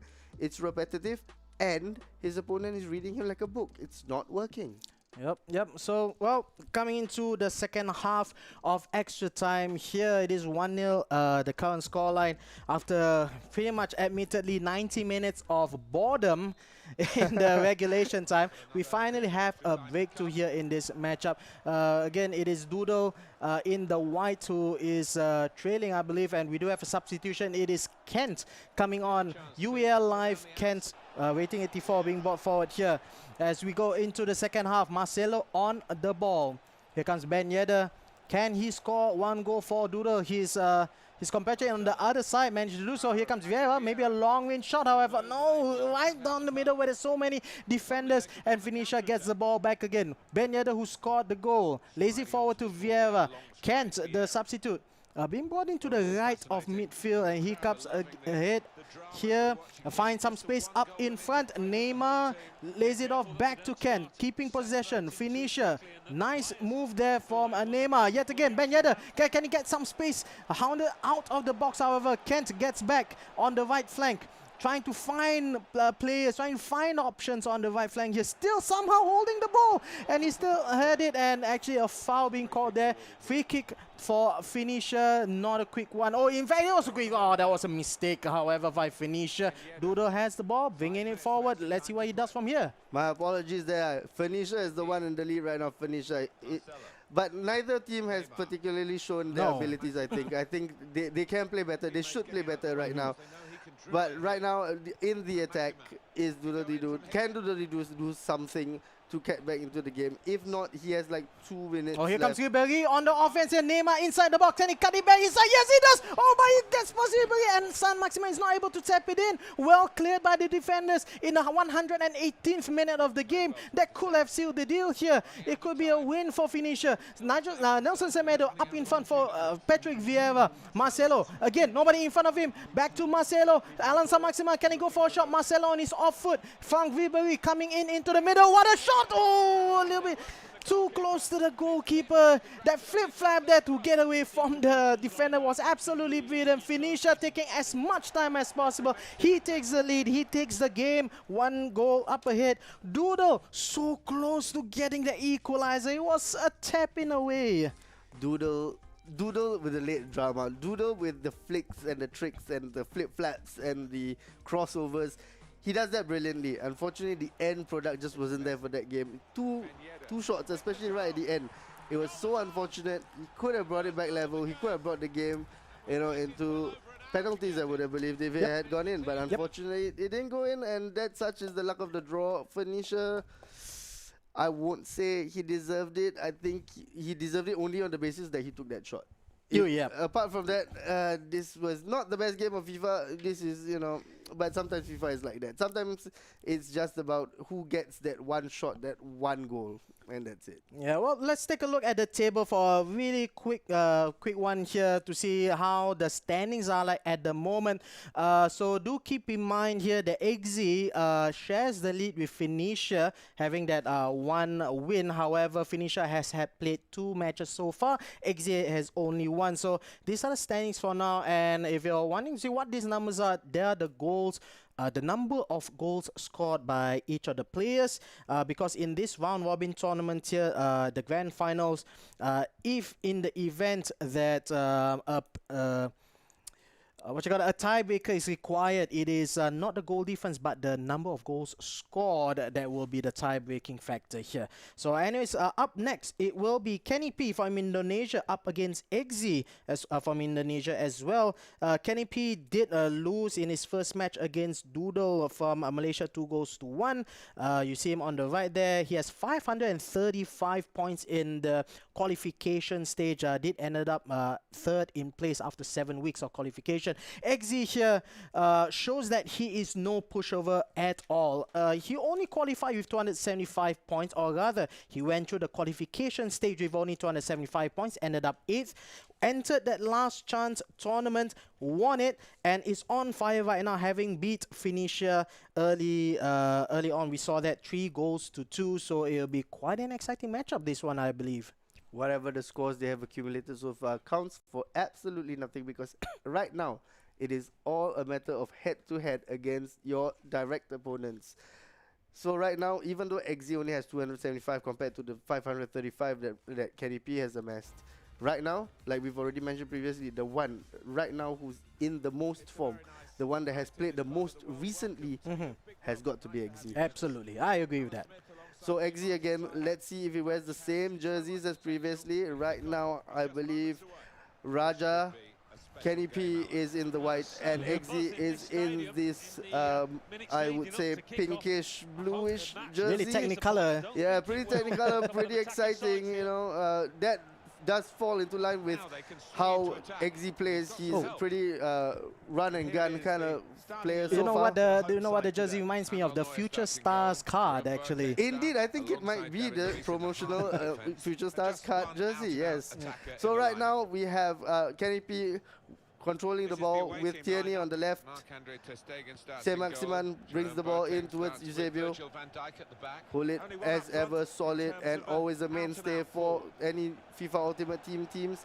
Ronaldo there, very, very fast, very strong, but not the most nimble player in the game, and that is his downfall, unfortunately. That's why most players prefer the nimble small players. But as it stands right now, Eggsy is attacking. Eggsy usually is, of all the players so far, I think Eggsy is the most exciting. That is exactly what I mean. Look at that passing, quick, one shot, one touch passing. Eggsy gets the ball into the goal, and it is Eusebio again utilizing that fantastic 5-star weak foot combination. Left foot places it right beyond the goalkeeper. Very quick, and Eggsy is already 1-up. Oh, the reactions there from Eggsy, the pass by Hulit in the middle there to find Eusebio. But not only the speed of the pass was so fast, I did not expect the shot to come in, but it did, and it was really buried to the top corner. That was a fantastic goal from Eggsy. Really the man in form in this tournament here. Eggsy definitely does not dilly-dally around. He knows what he wants and he goes out to get it, which is, to be perfectly fair, and I might sound biased, this is the most fun way that FIFA should be played. It should be attacking. Yes, I understand that defensive responsibilities are important, but there are times where you just want to see goals. And Eggsy definitely does deliver the goals. Although he might be on the end of one right now, he does manage to get it back. Ruud Gullit, he goes again for the very fast break. There is a winger right up front. Does he go down the wing to find it? Does not, gets dispossessed in the middle. Alan Saint-Maximin now. Saint-Maximin wins a throw-in for his team. Kenny P so far has not produced a shot yet, but he does have the possession. Alan Saint-Maximin holding onto the ball, goes back to Tierney. Tierney, does he go to the middle, or does he find Saint-Maximin? Should have been a 1-2 pass there, I believe, but maybe Alan Saint-Maximin was offside. Manages to get back there, but somehow smashes it against his own teammates' feet. Tierney clears it away. Back to Can Kenny P do anything with the ball? Kenny P is forced to go backwards because he has no passing options. So far, nothing has been panning out for Kenny P. Yeah, it seems that, looking at the player choices here, Kenny P has the ball. Oh, Ronaldo finds some space, cuts it back to his so-called stronger foot. I think he should have just shot from there, boys. I think from that angle, Ronaldo, with that shot power, that lethal left foot, 5-star left foot, he could have gotten an equalizer right there, but somehow he chose to drag it back. Yeah, he got past the defender, but then off-foot shot, or rather off-balance shot, is not going to be as accurate as the chance he had early on. Now is the time for Eggsy. Eggsy goes into attack mode again. Unfortunately, the ball gets back. And I do agree with your assessment. I think he should just have taken the shot. Yes, it would have been on a weaker left foot, but it would have been a snapshot. And I think that there would have been much less time for Eggsy to react and get his players into position. By dragging the ball back, yes, he creates a better position, but he's off balance. So an off balance shot, as you said, is not going to be quite as accurate. Right now, Kenny P finding a way through. Again, he finds his man at the front. Unfortunately, nothing doing. Nothing so far. Hullet dominating the midfield together with his regular partner, Patrick Vieira. Fantastic ball there down to the wing to Daniel James. If only Daniel James had an inch more, he would have made a great, fantastic crossing opportunity. I need to commend Eggsy on his vision here, because the passing, look at the goal that we had early on. I didn't even see Eusebio in the frame of the goal here, but he passed direct straight to Eusebio's feet. And early on, that straight to the right flank for Daniel James, I think he's definitely making good use of the radar here. That's the only explanation I can think of. The vision shown by Eggsy shows that he's really not somebody to be pushed over here. Eggsy so far has shown the greatest variety of passing options. He has taken locked through balls. He has gone across the field, shot quick passes for like the ones for the goal. He has shown his variety of passing. So in terms of passing, Eggsy right now is putting on an absolute masterclass. He has gotten, so far the possession numbers are not in his favor particularly, but whatever he has had, he has used it pretty good. On the counter-attack more often than not. Is this going to be a counter-attack? Ronaldo has the ball. He only has one man, but there are 5 defenders around him. Alan Saint-Maximin, he will not go down the wing, I think. See, that's the problem. It's very predictable. They try to keep going down through the middle. And I find it interesting, Alan Saint-Maximin, the 96 pace rating, yet not utilizing that acres of space on the wing here, using his passing. However, I think that if he's going to use the winger to just as a passing outlet, I think there are better choices than Alan Saint-Maximin. Definitely, there are better wingers who have better passing stats than Alan Saint-Maximin. Alan Saint-Maximin, the reason you would use him is because his pace. He's a pace merchant. 96 pace. Exactly. It's to blast down the wing. But right now, every time Alan Saint-Maximin gets the ball, he looks inside instead of going down, beating him down the wing. Unfortunately, that's exactly what I think should have been done.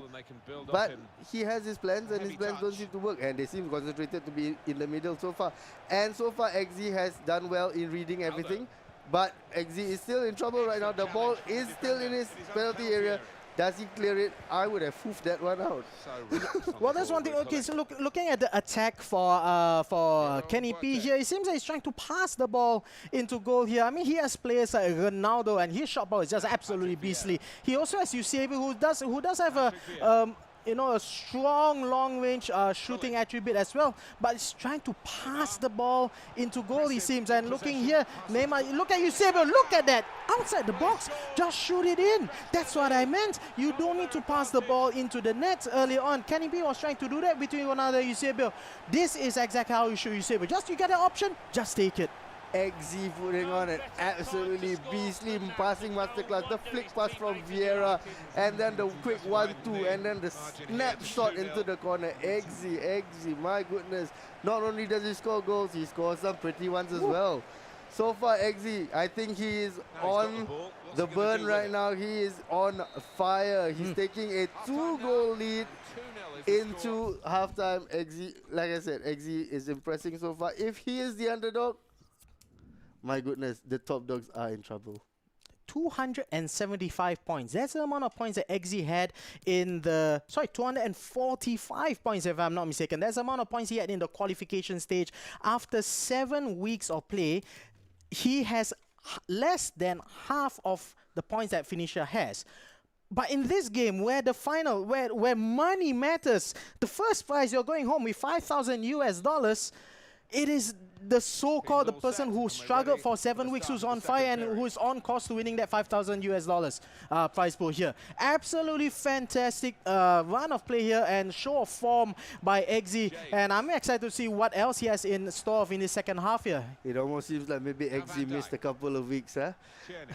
Maybe that's why his point total was so low. No, actually, I'm looking here. He did miss week 1. He missed week 1, but he was in all the other 6 weeks, and he only managed to scrounge up about 200 odd points. But look at him in this tournament right here in the grand finals. He's absolutely running the floor with everybody else here and showing how it is to play FIFA 20. It's absolutely beautiful play by Eggsy. I think right now most people ended up underestimating him. He's really showing his true class. Maybe he didn't do so well in the qualifying, but again, like you said, where it matters most, he is pulling out all the stops and he's doing fantastically well so far. Again, he's tried that quick passing. That is something that most FIFA players don't do because it's a high chance of losing the ball. But when it does once in a while pull off, what a goal. What a goal is coming. But right now he has pulled the ball back. Eusebio, can he find his teammate? Yes, he does. It's totally free right now. Ikone has space to burn. Not the best shot though. Can Ikone shoot? That's the problem right there. Ikone couldn't get the shot off, but what a break. Ikone using all his speed to get past his defender. You know, and it's moves like that show why Eggsy is so dangerous. Compare this match with the match we saw early on between Phoenicia and Doodle, the top two in the qualification stage. They both, you know, have an average about 600 points between the two. But it was such a drab affair because they're both playing so safe. And yeah, you might think, you know, in the tournament where such huge amounts of money are at stake, you might be a little tepid. But Eggsy is just throwing everything, including the kitchen sink, into the game as well. And he's playing with confidence. He's playing with ability. He's playing happily, and you know it shows in the results. 2 goals up, and he could have scored the 3rd goal early on if not for Ikone. Again, his shot blocked there by Cancelo right at the last minute there. But Eggsy, I am just impressed with how he's playing in this tournament so far. I know it's hyperbole, it sounds like a lot of hype, but this is exactly what people were thinking when Tex was playing this game. They were saying that Tex plays this game pretty beautifully, how the game is supposed to be played. He takes chances, he's not afraid to try new things, and that's exactly what Eggsy is pulling off right now. He doesn't seem phased. He's going into this tournament as the obvious outsider, the one that everyone says he's going to get stomped because he didn't even come in the top 3. He didn't even come in the top 5. He no, came 8th. Exactly, he came in 8th. Whoever thinks that the one who comes in 8th is going to have any chance, let alone doing what he's doing right now? He's coming out of nowhere. He's like this tournament's Tex. I mean, you know that's hyperbole. That's saying a lot. But yeah, when I first saw Tex playing, when he burst onto the scene, he's doing exactly that. Flick passes, good one-touches, one-twos. These are things which normal players don't do because they're playing it so safe. Like again, like you mentioned, back to the previous game, tepid, boring. Oh, I hesitate to call it boring, but it really was. It was. It was. This is an exciting match, and I'm very. I pity Kenny P because he's on the end of all this beautiful passing by Eggsy. Can Kenny P respond right now? Well, look at him. Just look at the confidence that Eggsy is showing here. Yeah, look at that sliding tackle, just like that. I mean, there's no need for him to do so, but he's just doing so. He's playing so freely, carefree right now. But of course, he has a little bit of defending to do, but I think so far he's been getting a good show right now in this matchup. Right, just now I saw Patrick Vieira lying on the floor. That was extremely weird. No idea what he was doing right there. He was taking a break probably. It has been a very tiring match. Patrick Vieira is he injured? He seems to be hobbling a little bit. Maybe he is. I don't think he. Oh, look at the passing there. Fantastic spring out. Oh my goodness! My goodness, that was an absolute peach of a goal. He put it right on the dime for Ryan Kent to slam it home. It was a beautiful, beautiful cross. My goodness, this guy's passing is insane. Oh man, the vision. Again, I mentioned in the first half, Eggsy's vision was pretty stupendous, and that was proof of, you know, of the vision that he has. The passing there's between the flanks back to the center, and then that driven cross all the way to the other flank for Ryan Kent to just bash it to the top corner there. The substitute. Look at that through ball. I mean, the idea was that unfortunately it's not being executed properly this time, but that range of passing from Eggsy, 3-0 ahead. He's wiping the competition at the moment here. I think everyone sets up to play against an opponent where they think will play a certain way. When you play someone like Eggsy, you have no idea what he's going to do. He has so much in his arsenal right now. I don't even think this is the final form, so to speak. I think he has more to come. His passing, there are things that he does with the ball which I'm not even sure you can, how you do them. And there's the confidence right there to get the ball back. And knowing him, he's going for the quick attack again, and he does. And the passing. What a pass right to the wing there, Ryan Kent. Even though it didn't pan out, it was offside. But the idea, the sheer audacity to pull off something like that, to try it. Other players would have just slowed the ball down, dragged back, passed it back to the middle, but no. He wants to go one pass straight to the wing. It's direct. It's really direct football. Look at the difference between his play style and the other players in this tournament remaining here. Phoenicia and Phoenicia and Doodle, they have a very I wouldn't say labored play style, but they have a very deliberate play style, trying to pass the way. But look at the speed and the explosiveness that Eggsy is going. Driven passes forward. Neymar now looking for Eusebio. He even has an option on the other side. Doesn't need the option. A drag back even. Oh. My goodness, this boy here, the confidence, audacity, the arrogance to do so. 4-0 ahead, 80 minutes in the game. This is game over. Absolutely game over. I don't see a way, unfortunately, for Kenny P to come back. There's nothing he can do at the moment up against this monstrosity of a player in terms of Eggsy. The way he just humiliated the goalkeeper with that side drag of the ball. That was no nerves whatsoever. Absolute nerves of steel. He's doing it again. He knows his opponent is rattled. He's Ryan Kent, the speedster. Of all people. Oh! He does it again. That is just obscene. Dear God, that is obscene. He just does it on a whim. He's now absolutely thrashing it. We were talking about how goals are important. This guy has 5 now. 5. And the game is not over. There's still time to go. 5 minutes of regulation time, not including extra time. We may see a quicker scoreline here. And, well, it looks like Kenny P just does not know what to do here. He's trying to get people forward, taking shots. Even Neuer is on form here, conceding the corner kick. But, my goodness, Eggsy. Fantastic play here from the player from Indonesia. Neuer there was inspired by the rest of his team. As brilliantly as they are playing, he wants to be right up there with them.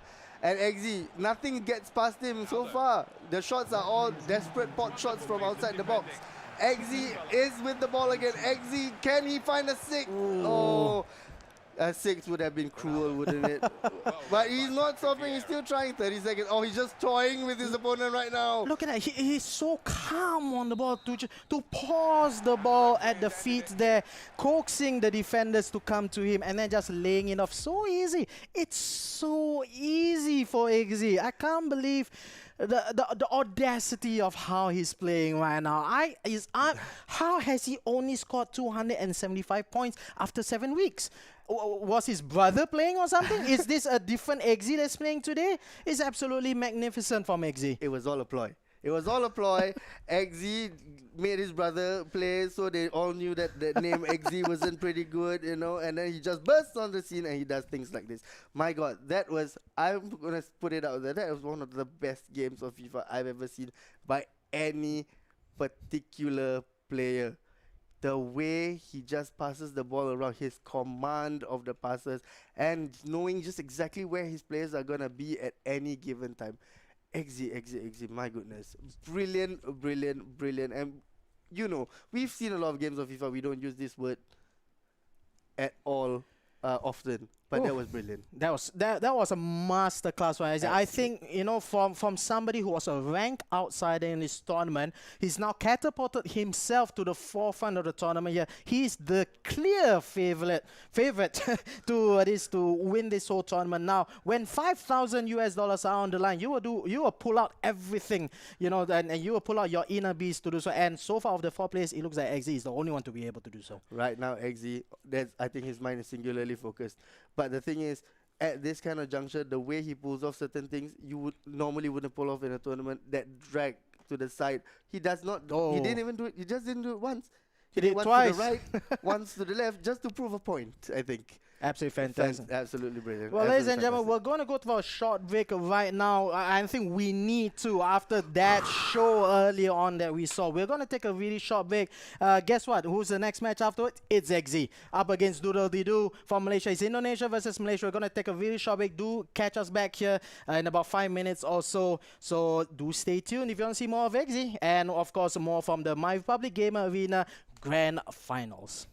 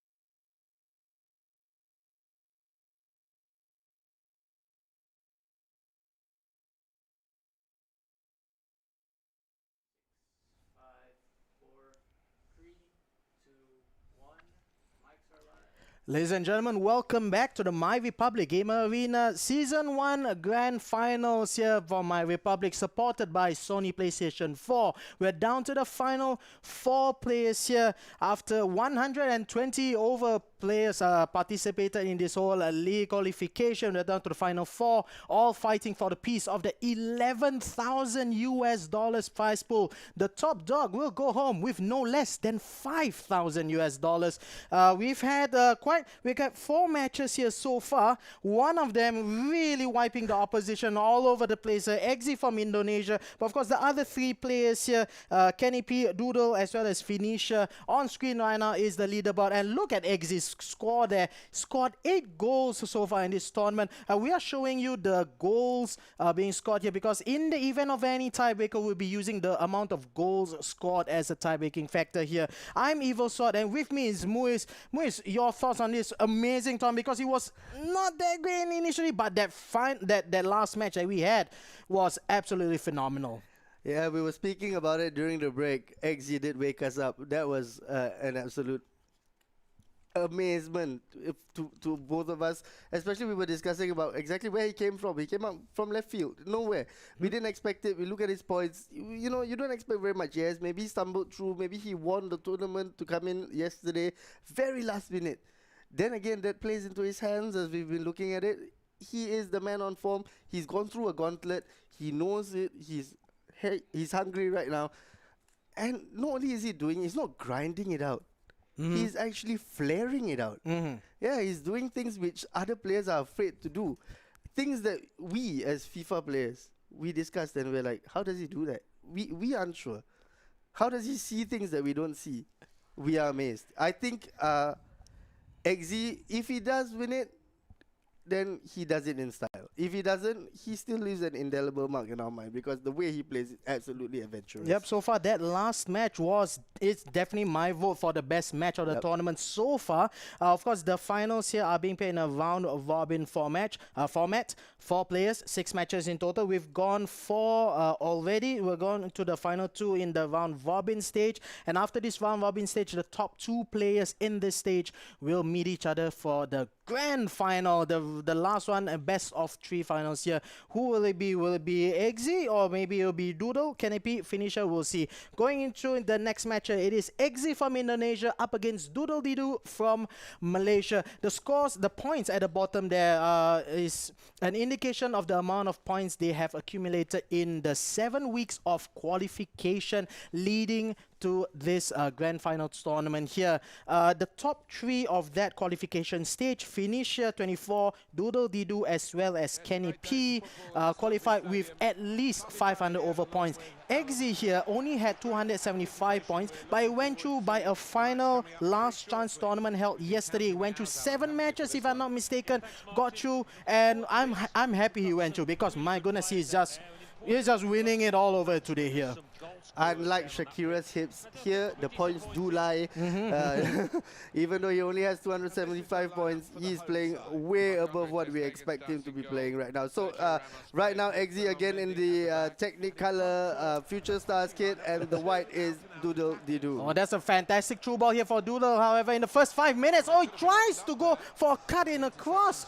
I think if he had just went for a direct shot at the near post, that would have been gone in. But in any case, Doodle gets a corner kick taken shot. Here comes Rafael Varane. Marcelo should have taken a shot early on. Ben Yedder, however, cuts it inside. David Luiz is equal to that run inside. And here comes Ikone up for Eggsy. Goes forward a little hasty there. Whacks it forward to absolutely nobody in particular. But an early chance there for Doodle to take the early lead. Unfortunately, he did not take that chance. As you can see, it's not just while we have been gushing about his technical abilities on the ball and his passing, he does a pretty good job in defense as well. And as we've mentioned before, he doesn't seem to be playing that drop back tactic.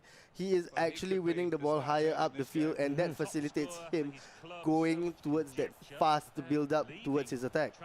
Absolutely. Oh, here comes Doodle right now in position, playing in white. Here comes Neymar, lays it off to Ribery, but finds his path blocked there from Eggsy. Another quick succession of passes in the midfield there, and finally releasing Kieran Tierney. Eggsy on the left flank. Cuts it back inside. Ikone to Eusebio, and Gullit makes the run forward. Oh, the final pass, however, trying to find Neymar, but a little too far away from him as Doodle brings the ball out into a counter-attack. Pele being deployed as a left winger for Doodle here. A little interesting is normally we see Pele in a more central position, but he's been using Pele to a pretty decent effect on the left wing. It's very strange because Pele is not the fastest player, nor the most nimble, to be perfectly honest. He feels a bit heavy on the ball. I think he's there mostly just to get the ball and pass. Then again, having said that, Pele's passing isn't the best either. So that is kind of a weird choice for me, but it seems to be working so far. That was a terrible foul by Patrick Vieira, by the way. That's quite a gangster tackle there by Vieira, showing Huli who's boss here. Tierney, unfortunately, lets the ball go behind him for absolutely no reason at all. And it's an easy throw-in here for Doodle on the right flank. Franck Ribéry, we believe this is the shapeshifters version of Franck Ribéry, who is the strikers version of Ribéry, being deployed on the flanks so far for Doodle on the right flank. Here comes Gullit, back with Ikone. Oh, another string of one-touch passes here, and that almost always results in a goal for Eggsy, but unfortunately at that moment, unable to convert that to the first goal of the game. Here comes Vieira down the middle. Patrick Vieira showing off his skill moves at the middle there. Although there's nobody in front of him, but he still has the ball. Here comes Eusebio, dropping deep. That pass, however, intercepted by Neymar for Doodle, finding space in the middle. Pele, deployed as a left winger, but we see him cutting into the middle quite often here. Wissam Ben Yedder has scored many goals so far for Doodle. Will we see him score more in this game here? Franck Ribéry, drag back, pushes it back forward, finding space inside the box right now, looking into the box, but well blocked by the goalkeeper and cleared from Eggsy. Scoreline still 0-0 after 25 minutes.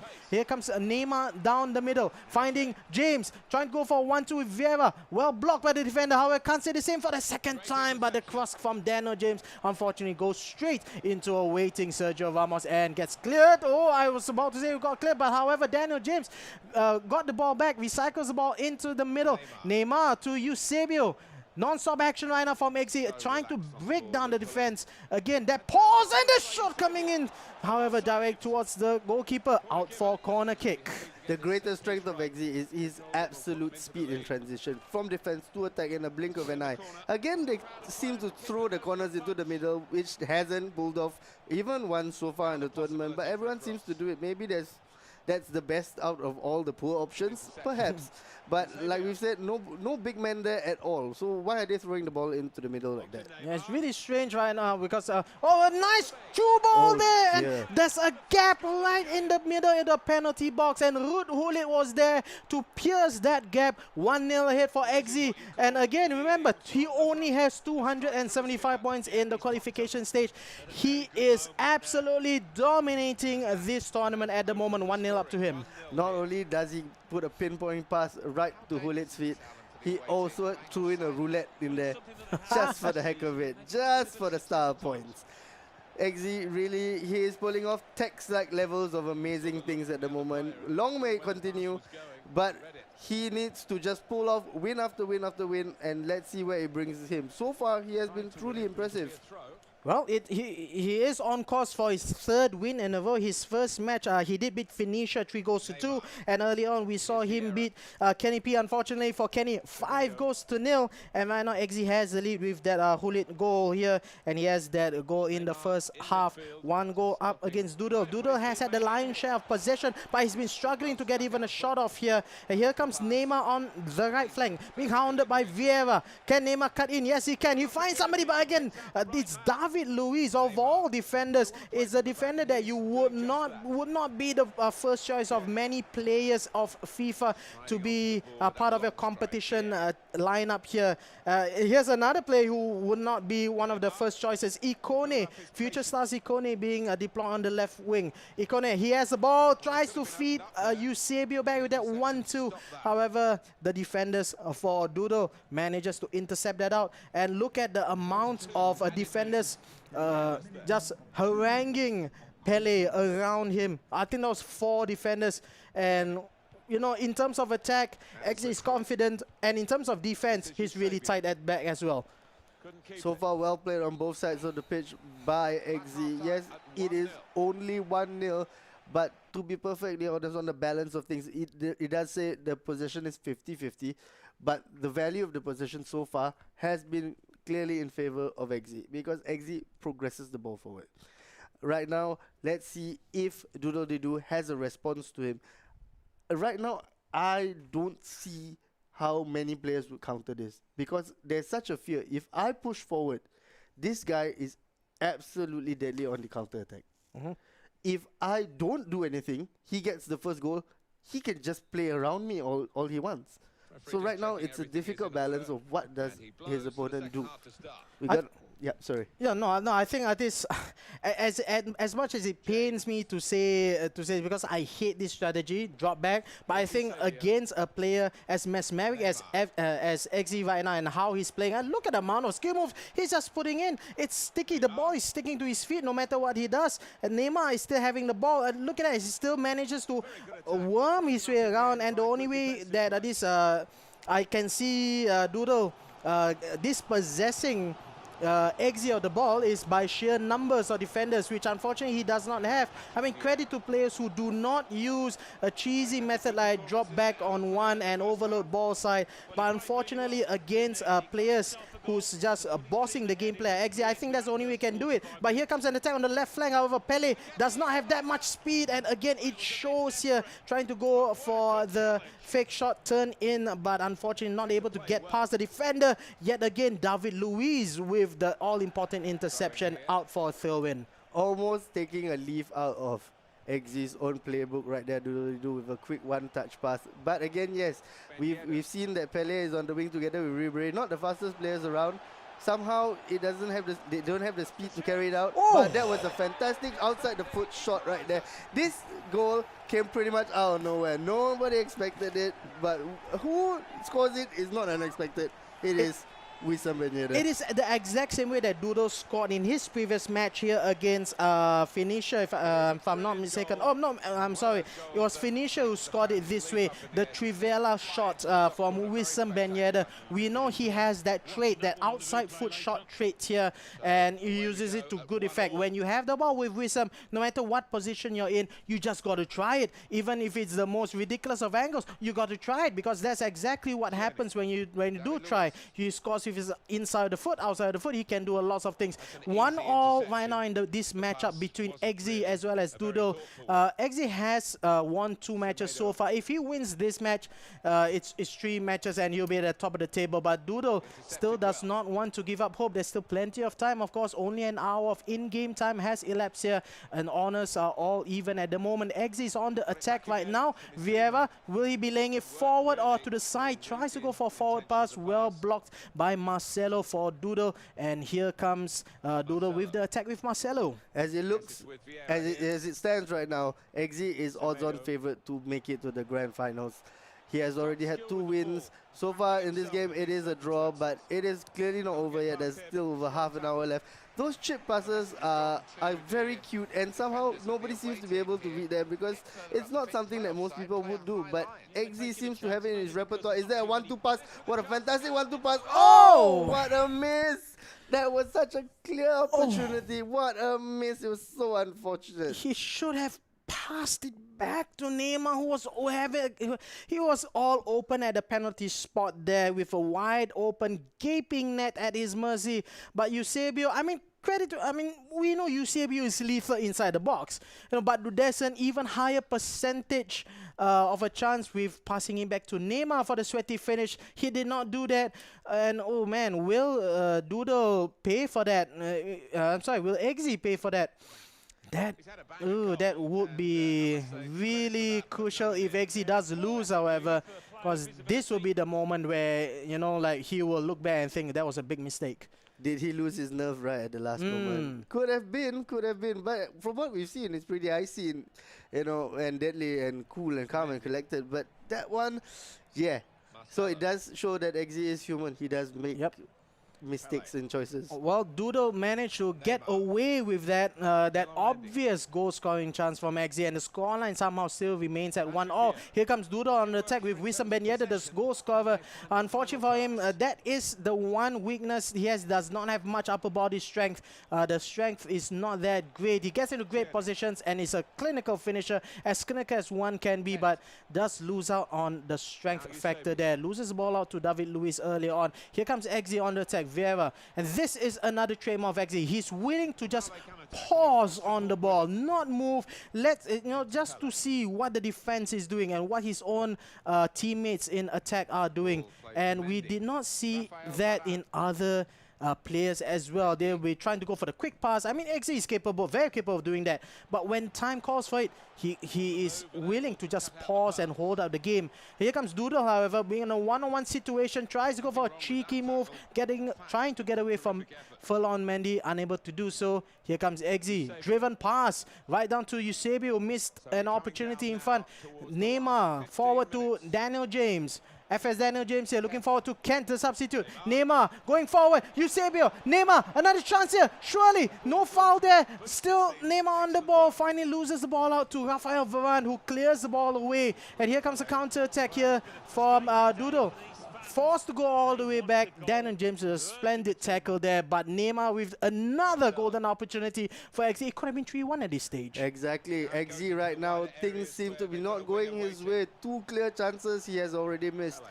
Will this come back to haunt him? I think that right now, even though he has missed, he's still in control of the match, because again, he has the ball and he's running it down the wing with Daniel James. Yeah, Daniel James on the right side, and Furlong Mendy trying his best to catch up on the right flank, and Gosses come in, but Manuel Neuer manages to reach out and just palm the ball away.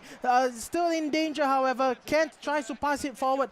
So it's not Manuel Neuer, it's actually Ter Stegen who actually palmed the ball away earlier on there. Fantastic goalkeeping by the German number 1. Marcelo right now lays it left to Mendy. Another splitting through ball to the left flank, looking for Pele. Yet again, does not have the speed, but he has the ball control, he has the finishing. Can Pele get into a more central position? Here comes Vieira holding the ball outside the box. Lots of purple shirted defenders in front of him. Pele in the middle, finds Vieira. Is he going to go for a long range shot? Cuts it back. Tries to feed Neymar. However, the pass is just too weak, and Gullit easily dispossesses the ball away from the white team. Here comes Vieira down for Eggsy, looking forward. Neymar, loft the through ball. Kent, the super sub. RTTF, back to Neymar. Is he going to go all on his own? The shot comes in. What a wonderful save from the goalkeeper, Marc-Andre Ter Stegen. Out for corner kick. Considering corner kick is always better than conceding a goal. Moves the goalkeeper to the near post. There's another near post option right now coming. It's a shot. No, it's taken long. Gullit with the header. Surely another corner kick. Yes, it is for Eggsy in the 80th minute of the game. This could be everything, and this could be it for the game. Oh my goodness, what was that from Eggsy? What a mistake that was. This could cost him the game. There's nobody else in the right side. It's Fong Ribery. He's rampaging forward. Kieran Tierney has the speed, but does he have the strength? Not quite so. It's in the 90th minute right now. We're coming into extra time. Can Doodle finish the game off with the virtual last kick of the game? Yet again, it is David Luiz with the strength to hound the ball away from the attacker. David James, too little too late. The game ends 1-all. What a last 5 minutes of this match. It could have easily gone either way. Unfortunately, Eggsy, 3 chances, at least 3 chances to kill the game. He did not do so. If I was Eggsy, I'd be very happy, because that giving away the ball at that exact last minute and having men pushing forward, attacking you, he was pretty lucky to get away with that. Fair play to him, he did manage to contain the threat, but if that had happened and it had pulled off and he had conceded a goal, it would have been absolutely his fault, because God knows what he was doing down there on the left flank.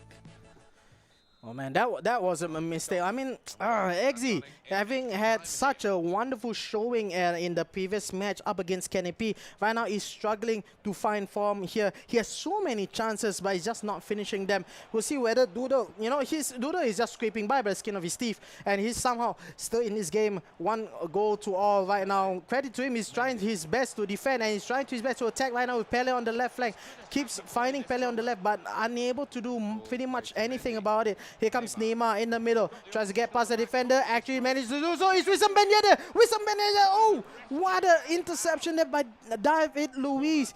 That could have been the 4th game-saving tackle there by David Luiz. Out for a corner kick. Ben Yedder with the beauty of an chance early on, not able to finish it. And somehow, this game is still 1-0. David Luiz has been an absolute titan in defense for Eggsy. He needs to do some work right now. Gets bypassed. But then Vieira, another huge player right there, cannot get past. Eggsy is, strangely in this game, Eggsy seems to be now hanging on. And right now, Doodly-Doo is taking the game to him. Maybe he realizes that Eggsy, maybe the focus is waning, maybe he's getting tired. Who knows what the factors may be. But right now, Doodly-Doo is playing better of the two. Much better. I mean, looking at the earlier on there, just a few moments ago, it was quite a lazy pass from Eggsy's attacker there, not able to feed Daniel James, who had so much open space on the right flank. And here comes Doodly-Doo with the patient gameplay right now on the right with the substitute, Alan Saint-Maximin coming in from for Franck Ribéry. And I think, oh, that's a nice tackle there. Wissam Ben Yedder, however, is all alone up front. He's trying to wait for Neymar to come in. And yet again, it's Tierney this time. Kieran Tierney with the important interception for Eggsy. As Tierney is on the ball. 105 minutes have elapsed so far in extra time in this match. And still, honors even between both of these two players. Eggsy so far has still shown that he is the master of that manual through pass. Again, as I say, a manual through pass all the way in. Does he get the ball? Ooh, he does, but the defender was there, putting his body on the line and preventing a goal. Right now, as it stands, it is a tie game so far. Started off with Eggsy playing really well. Eggsy waned quite significantly towards the end right now. Right at this moment, I would say the advantage is towards Doodly-Doo, but he has not put the advantage to any particular use because it is still not yet. He hasn't gotten a goal yet. It's not a win yet, just yet. If it stays this way, we're going to penalties, and I think maybe penalties are a crapshoot. It's terrible. Yep. Yeah, nobody wants to see that. So let's hope in this second half of extra time something happens. Yeah, we'll see how it goes here as we go into the second half of extra time here between the match between Eggsy, who's playing on the purple attire, playing from left to right on the ball right now, and his opponent is Doodly-Doo from Malaysia. He's in possession right now with the all-white attire, playing from right to left. The scoreline honors even. 1-1 for both of these two players here. Doodle getting the ball away from the substitute, Saint-Maximin, who manages to get the ball back from his defender. And it's Daniel James right now on the right-hand side, feeding Saint-Maximin on the right flank. Is he going to cross in? Tries to get past the defender. Deflected behind for a corner kick. Will it be taken short or long? A short option comes in. Here comes Daniel James. And trying to feed Hulit. Ooh, was that a foul? Was that offside? I think that was offside indeed. 112 minutes have elapsed in this game. And, well, it is exciting. I wouldn't say there weren't any attacking opportunities. There were quite a number. But in terms of goals scored, it's still only one apiece. Here comes Saint-Maximin on the right-hand side. Again, another off-balance pass, finding nobody but the defender for Eggsy as the goalkeeper brings it out to Furlan Mandi, who sprays it to the right. Saint-Maximin almost a wayward pass there. Eggsy seems to have played a little bit less direct football at the moment. Here comes Daniel James, somehow finding himself on the left-hand side. Here comes Hulit with the game scoring, with the game-ending goal.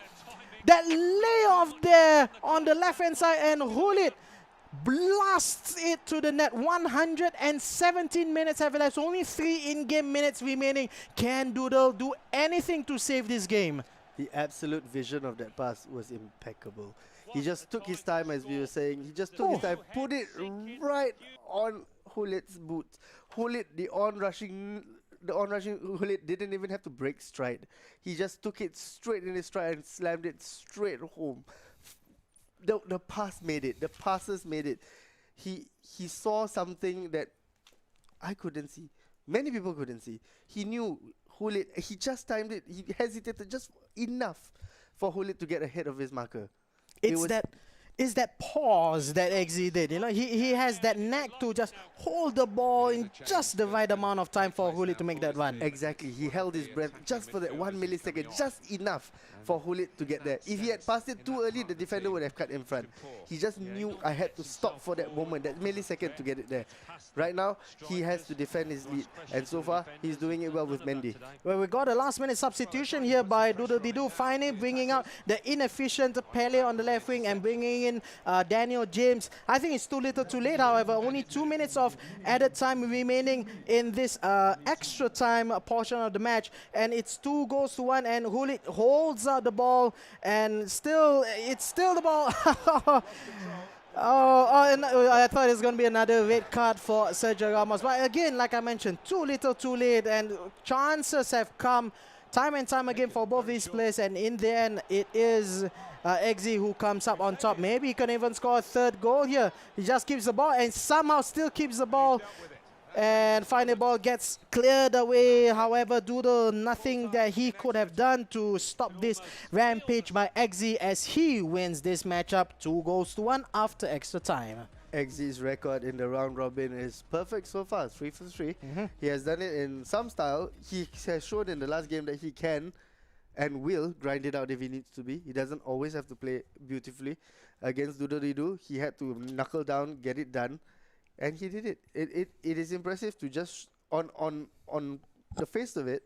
It's not just all about pretty passes. He knows what it takes to win dirty, win ugly, and he did it. Grind it out. Grind it out. Credit to him. It was beautiful. Yeah, absolutely stunning here from Eggsy. So after 3 matches that he has played, he has won all 3. He is the undisputed leader of the round robin phase here of the tournament. And wow, 10 goals so far in this tournament. It's basically a toss-up for the other 3 players here, because we now need to find the one player to face Eggsy in the final of this whole tournament. This is the round robin stage of the grand finals. Only the top 2 will progress to the grand finals. We know Eggsy has one hand on that prize of US 5,000 US dollars. I mean, waiting for him at the top prize there. But who will be his final hurdle? Will it be Kenny P, or will Doodle somehow manage to get back in again, or will Phoenicia get into that spot here? It all boils down to this final match that we have upcoming. It's Phoenicia 24 from Malaysia up against Kenny P, and if Kenny P wins this match, we'll have to do quite a bit of mathematics to find out who goes into the next round. I'm very thankful that it's not me doing the mathematics, because that's not my best subject by far. Thankfully, there's a team who's going to calculate it all. But yes, Kenny P can play the ultimate spoiler right here. If he does play well, he can get himself into the finals. But I think he needs to have an absolute brilliant game, something like the 5-0, because he needs to claw back as many goals as he possibly can, because at current time, he stands at 0 goals scored. And 1 goal scored, sorry. 1 goal scored? One goal. It was the first match, Doodle versus Kenny. My mistake. But that's still not enough, is it? So currently, as it stands, Kenny P needs a rugby score, needs a cricket score. He needs to run up the goals as much as possible. So do we think we're going to see him play all-out attack? We may be, but then again, this is up against Phoenicia. Now, granted, Phoenicia did not have a great run in this tournament so far. He lost in his first match against Eggsy, 2-3. And, well, he did win in his second match against Doodle, 1-0, but that was after extra time. It took a long time for him to score. So, he's not in the best form of his life at the moment. I still think there is a chance for Kenny P to sneak up from the back, but he will need a lot of goals in order to do so. Yeah, Kenny P has his work cut out for him right now against Phoenicia. It couldn't have come against a more difficult opponent, but Kenny P has to grind it out. It is now or never. Put himself into contention. If Phoenicia does what he's been doing so far, and that's play not particularly well, I think Kenny P does have a chance. Well, then again, Phoenicia is the leading is leading in the qualifying stage with a whopping 620 points after 6 weeks of gameplay. He even skipped that last week and he's still at the top of the league for the qualifying stage. So that's still, you know, oh wow! Phoenicia starts the game off very quick. Showing his intent. He's showing his intent. He wants to qualify. And that man shines again with some Ben Yedder. That's the one-to-watch version, the OTW. It wasn't even, we had barely got into the game stream itself when we saw the goal go in. So as it stands right now, Phoenicia in the black of the Liverpool away kit is 1-0 up. So attacking right now is Kenny P. Kenny P is already 1 goal down. Can he claw back quickly that 1 goal? It is unfortunate that he won't be able to do so. Phoenicia now with the ball. Will Phoenicia create more distance? He is clearly intent on getting his own goals in. Kenny P on the attack now. Daniel James. Daniel James. Oh, what a goal. Daniel James, sheer determination to get that ball in. Wrote the tackle, slammed it against the keeper's leg, but somehow deflects it in. That must have been pure venom from the youngster. You know, sometimes that happens in FIFA when no matter how many times you try to tackle the ball just sticks to the attacker, and that's one thing that happened for Daniel James there. And Kenny P will thank his lucky stars that it did happen for him. But in all cases here, oh, it looks like we're gonna go for another one here.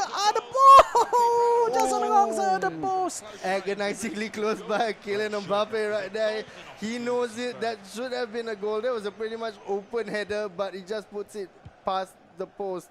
He got away there, Kenny P. He really got away there. Absolutely. And looking at how he's passing right now, I don't know, is that nerves or something? What is he doing? He's just playing it at the back.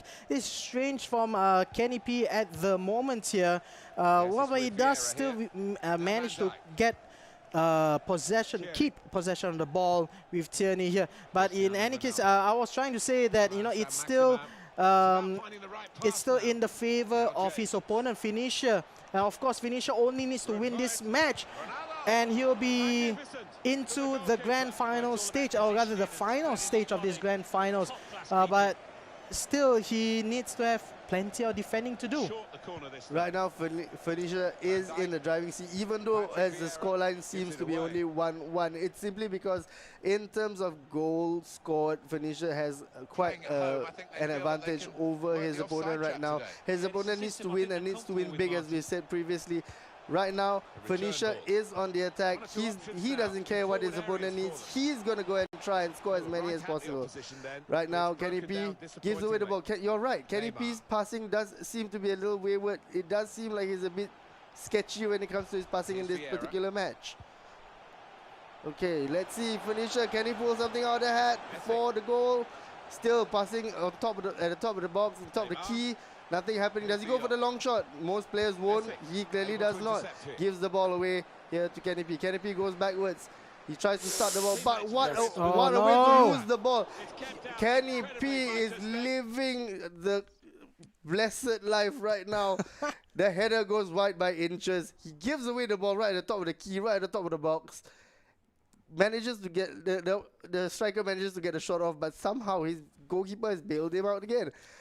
I think, I don't know, Kenny P, I think this pause is good for him. He needs to calm down a lot. He is not playing well whatsoever. I mean, we did mention before the start of the match, he could be the spoiler in this tournament, but the only thing he's spoiling right now is himself, to be honest, because he's definitely not doing anything of benefit to his own team right now with passes like that. He does have some good attacking moments, but in defense, goodness me, he needs to just calm down a little bit. Kenny P definitely seems to be better on the attack. He's much more comfortable when he has the ball in his opponent's half. Unfortunately, this is football, and the ball does end up in your own half quite a lot. But it is a matter of whether he responds properly to when he needs to defend. Right now, he does look good when he's attacking. Unfortunate that the luck wasn't with him. He couldn't ride the tackle again. I think he used up most of his luck with that Daniel James shot to begin with. Yeah, so now Phoenicia, he has an open man, and it is a speedy one right there. Messi on the left peg, give the ball to Messi on his left peg, any amount of space. That man, probably the greatest footballer arguably that has ever lived will put it away. And right here we see he has definitely put it away. What a nice shimmy down there. Virgil van Dijk completely lost. Completely bamboozled, I would say. Yeah, and indeed. that you know, he had a clear Van Dijk goal, but there was a chance that Van Dijk could have just tackled from behind. He cut it back and cut it back to his favorite left foot, finessed it to the left-hand side of the goal. There's no way he's gonna miss, and that's one thing that these players need to do is just try to get shots. Don't try to pass it around the box. Go for the shots, and you know the only way you can score goals is if you take shots. And the thing that most people don't realize is that the goalkeepers tend to palm out a lot of shots as well. So rebound goals are a thing. So just take the shots, but most people want a 100% guarantee. There is no such thing, especially if you cannot consistently get it into the box. And the problem is most of the attacks are becoming stifled because they're trying too hard to get the simple pass, the sweaty goals, the simple passes in, and the simple tap-ins. Try the shots. Like Evil Sword has said, everyone listen, try shots. But right now it is Phoenicia. Will Phoenicia bring the ball out? He goes backwards to try and find passing options. So far, Phoenicia, when he's on the attack, has been doing pretty well. Ooh, what a pass from the defender straight to the attacker. That was quite unfortunate of a bounce. Opening in the middle. It is opening in the middle. Will he go for a through pass? No, it gets intercepted by Virgil van Dijk. Right now, Phoenicia is still with the ball. He still has options in the middle. Although 1-2, is it going to be 1-2? It is not. He goes backwards, which is slightly bizarre. But he has managed to come forward. Nice heel-to-heel flick. The big Verge there managed to save the ball. And after that, another big Dutchman puts his body in the way. Ruud Gullit. Right now, it is Phoenicia is slowly getting the ball into. What an absolute piece of luck there. He rode his luck. He managed to get it in. But the goalkeeper was aware. The goalkeeper manages somehow to get his hands to it. Phoenicia is relentless in his attacking. Even though he has given the ball away, he is hunting the player with the ball down. They are hunting in packs. It's like quick press. It's gegenpressing. Jurgen Klopp will be proud. Yeah, he's just looking. He's not happy with just a 2-goal lead. You know, sorry, a 1-goal lead. Having scored 2 goals, he wants more. He could have scored 4 by this stage here.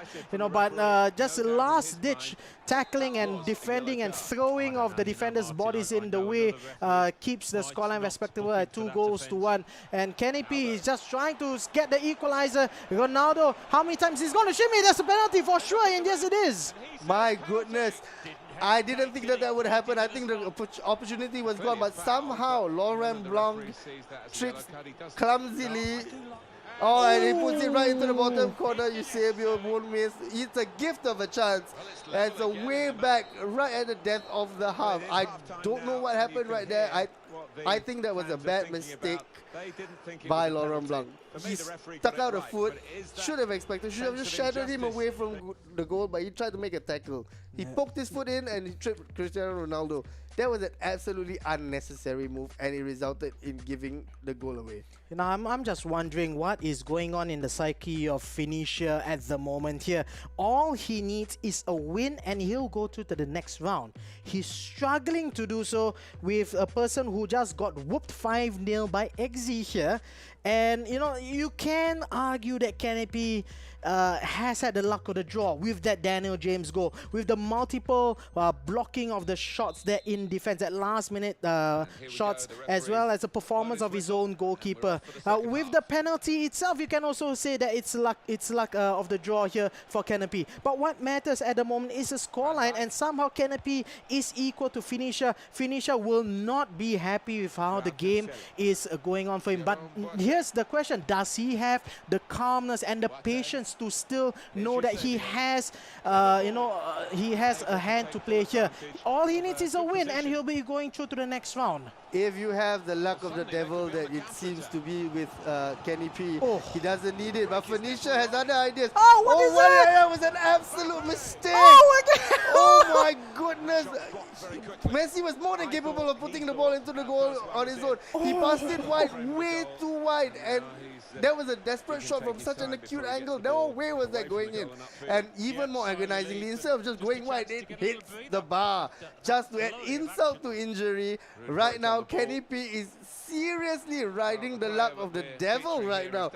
How is he still in this game? Hit the bar, multiple blocks, 2 lucky goals. This man seems to be on course to win this just based on pure luck alone. Never mind the calmness, or any ability of his own. It just seems destined that he's going to win this game.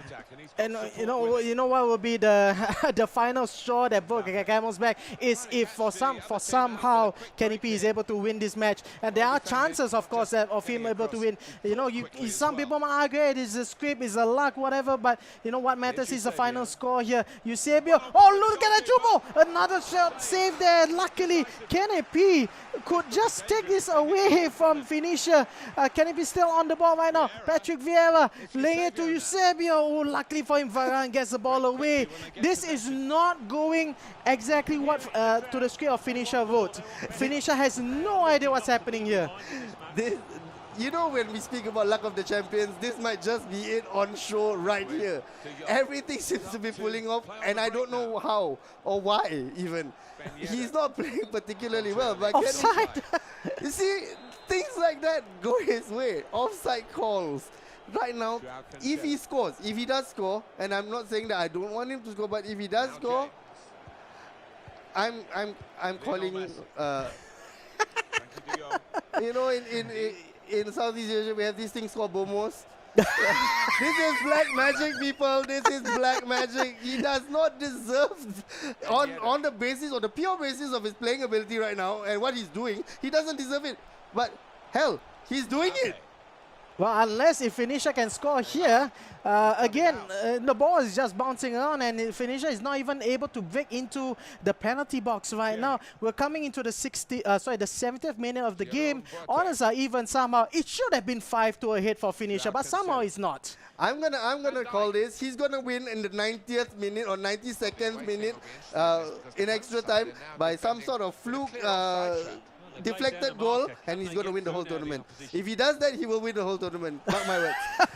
Bomo at play, people. Bomo at play. But right now, Phoenicia has the ball. Phoenicia is not giving a care in the world. He wants to score as well. Does he take the ball in? Oh, he stops for a moment. A play that unfortunately didn't seem to pay off because of his pause. He passed it right back to Kenny P. Kenny P now. The ball down the wing. Does he go? No, he goes to the center. There's a free man on the wing here. Daniel James, a perennial favorite of many people. What is happening right now? What is he thinking? What is he thinking? What is he going to try? He has the luck. He should just take shots from outside the box, to be perfectly honest. He really should. He really should, because I'm sure something will hit something and something will go in. Right. As it stands right now, I'm baffled. I'm not saying I begrudge him the win, but yeah, not the prettiest win I've ever seen. He is on the attack though right now. Alan Saint-Maximin. Ronaldo. Oh my God, he could score. He could possibly score. It looks dangerous. Shoot! If I were you, I would shoot right now. Look at the build-up here. Vieira. He still has the ball. Yeah, and Phoenicia is not even defending well. He's just standing off. Phoenicia is not going in for the tackle, and finally he does, but he's just allowing Kenny P too much time on the ball. And okay, now there's a lot of space in attack here, but what is he gonna do? If he's gonna pass it forward, gotta get it back. Phoenicia now 3-on-2. Surely he's gonna score from it, isn't he? Forced to go all the way back.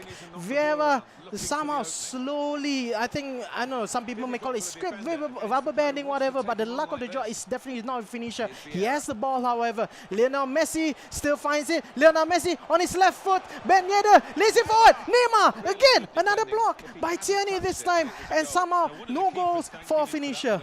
Maybe secretly we don't quite understand the fact that maybe Kenny P is actually brilliant in his own particular way that we have not been able to read quite yet, because he is doing it. How? We don't know. He's doing it though. I think right now, if I was Phoenicia, I would be extremely, extremely frustrated. Oh, everything yes. I've thrown at it, everything I've thrown at my opponent does not seem to come off. Someone gets a boot to it. It's a deflection.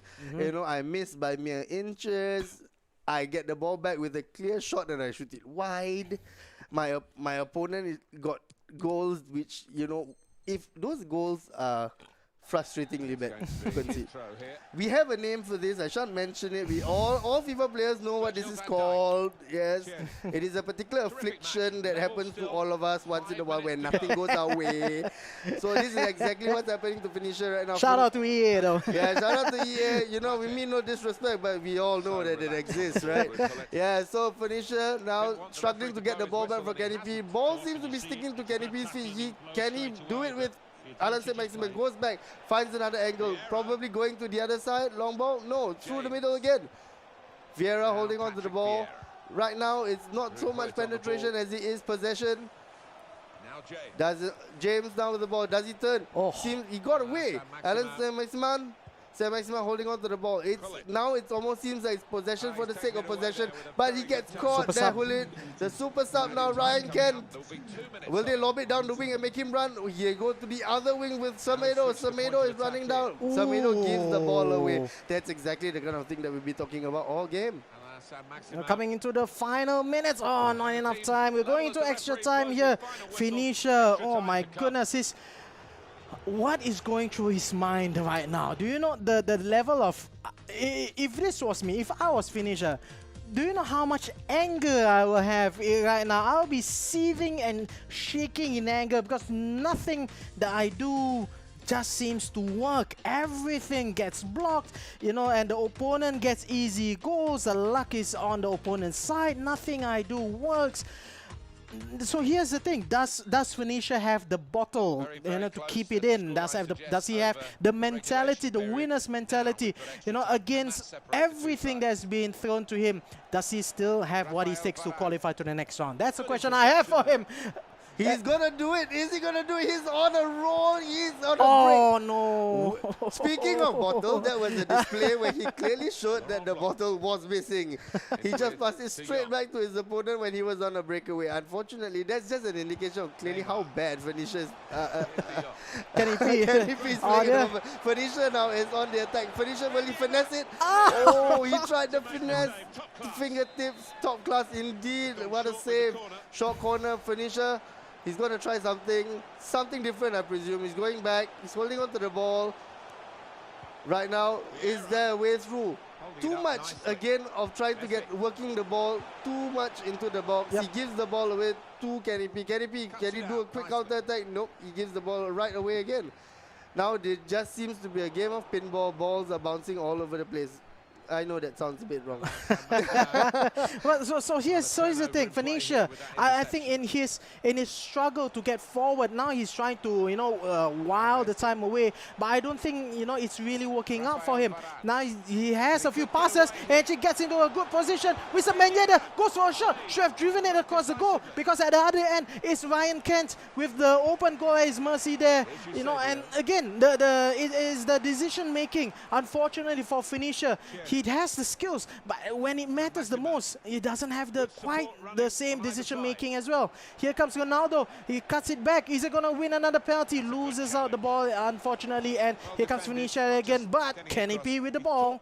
If Phoenicia does not win this match, he has no one else but himself. Himself, yep. He has made so many poor decisions, especially when it comes to being in front of goal. He needs to calm down because all he's doing is dominating possession. He just needs one goal. It doesn't need to be much, just one. Because if he scores that one, he is in the final. According to my calculations, unless I've clearly miscalculated. It is. Yeah.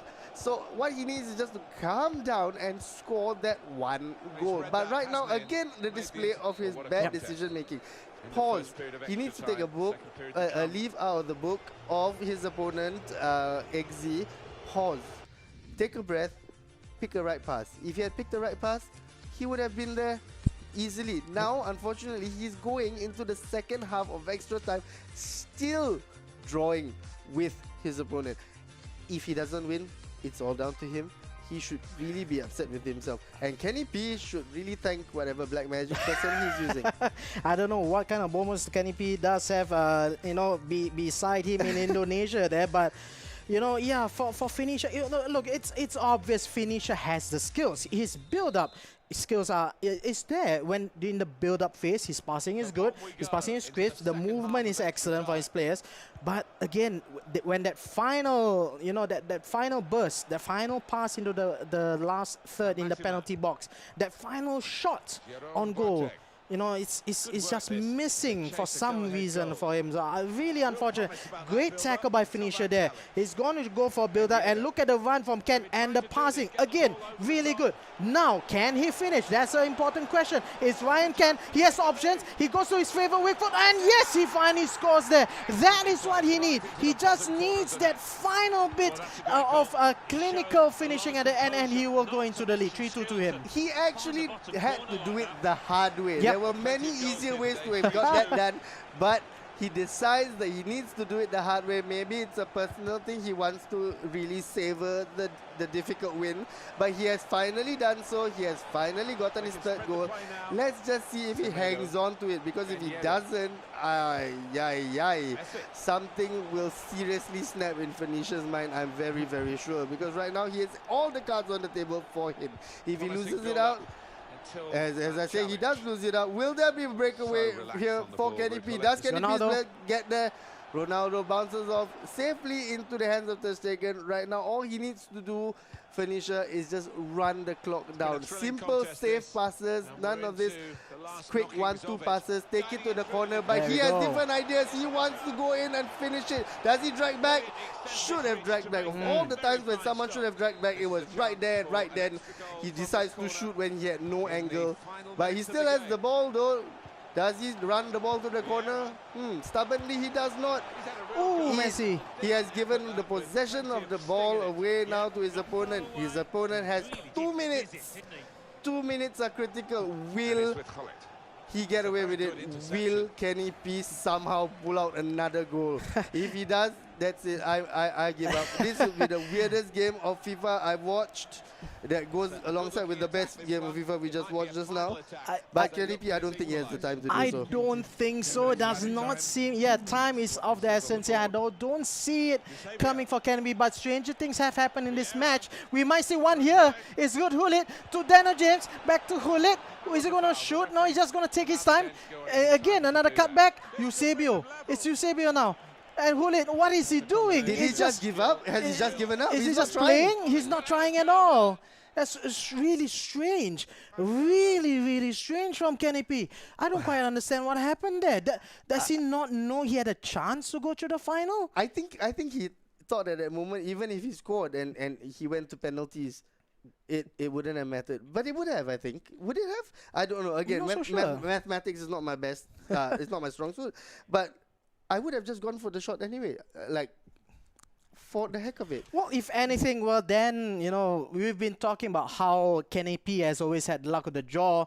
At the last moment, it's Phoenicia who got off lucky. Because there was definitely a goal-scoring opportunity for Kenny P. He did not take it for I'm not so sure what reason. Maybe he did see that, even if I got that goal against Phoenicia, it's going to go penalty case, I'm not going to win it. We don't know. We're not so sure what happened to Kenny P. But the facts of the moment is this. Phoenicia, with that final game win there, he goes through to the final round together with Eggsy. We have the top 2 of your tournament here, this MyRepublic Gamer Arena Grand Finals. It will be between Eggsy and Phoenicia 24. Eggsy, of course, you see here, has had a rampaging run in this tournament. 3 games, 3 wins up against Phoenicia. And in the mirror matchup early on, Phoenicia versus Eggsy, remember, it was Eggsy that won 3-2.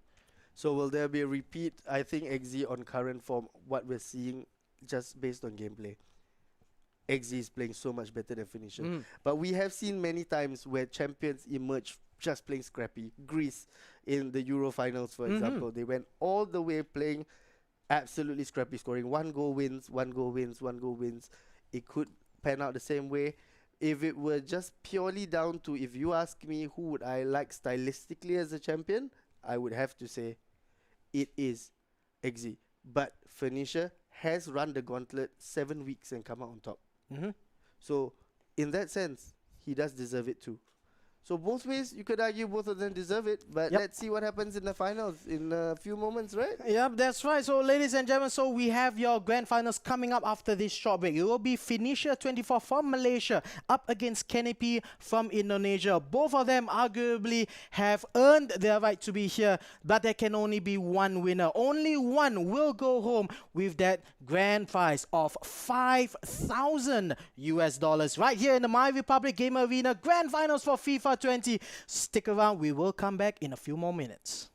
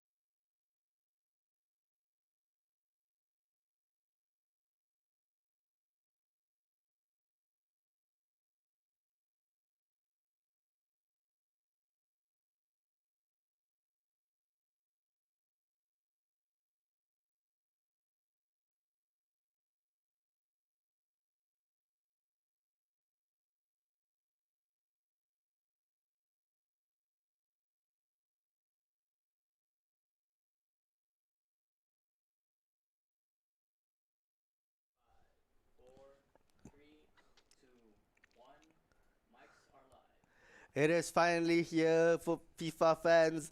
It is the grand finals, the absolute grand finals, the last two here of the MyRepublic Gamer Arena FIFA 20 Ultimate Team Tournament. We have two players, Phoenicia and Eggsy. Top rated player versus the absolute underdog who came through the qualifying tournament just yesterday. Looking at the points, it is, if you base it just on the points, it's obvious that Eggsy will get absolutely trashed. But when they came up against each other in the round robin, Eggsy actually prevailed. So will Eggsy carry on that form in this final match against Phoenicia? At stake is $5,000 as the grand prize. The second place, whoever is defeated in this match will get $2,000. There's 3,000 US dollars. It is nothing to sniff at. Still a great prize, but you know, everyone wants to be champion. All right, we are going to go into the game itself. It will be a best of 3. Evil SWAT, what are your predictions for this match? Well, both of these two players arguably have definitely have earned the right to be in these grand finals here. Phoenicia has a whopping 620 points in the qualifying rounds after 7 weeks, and that is taking into account that he missed the last week. So in 6 weeks, he's earned 620 points. He has won at least second place, if not first, in the first 5 weeks. He just participated in the last week. And the fact that he could just skip the last week and still be on top, he's the only player in all the 120 over players to score more than 600 points. Then again, Eggsy has, the way he qualified was only via a last-minute, last-chance tournament held yesterday. He only qualified with 270. Sorry, he went through the qualification phase with only 275 points in 8th place.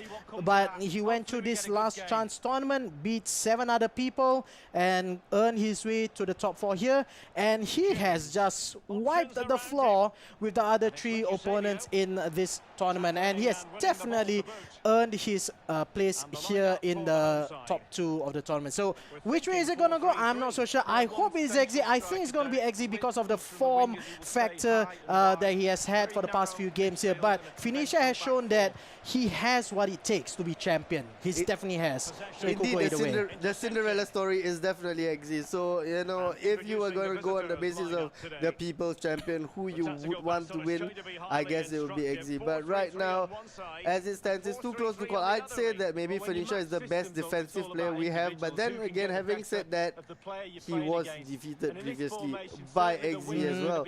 So, will Eggsy's exciting attacking style be able to get him the crown? Let's see. It's the best of 3. This is the first match. Phoenicia is in the white.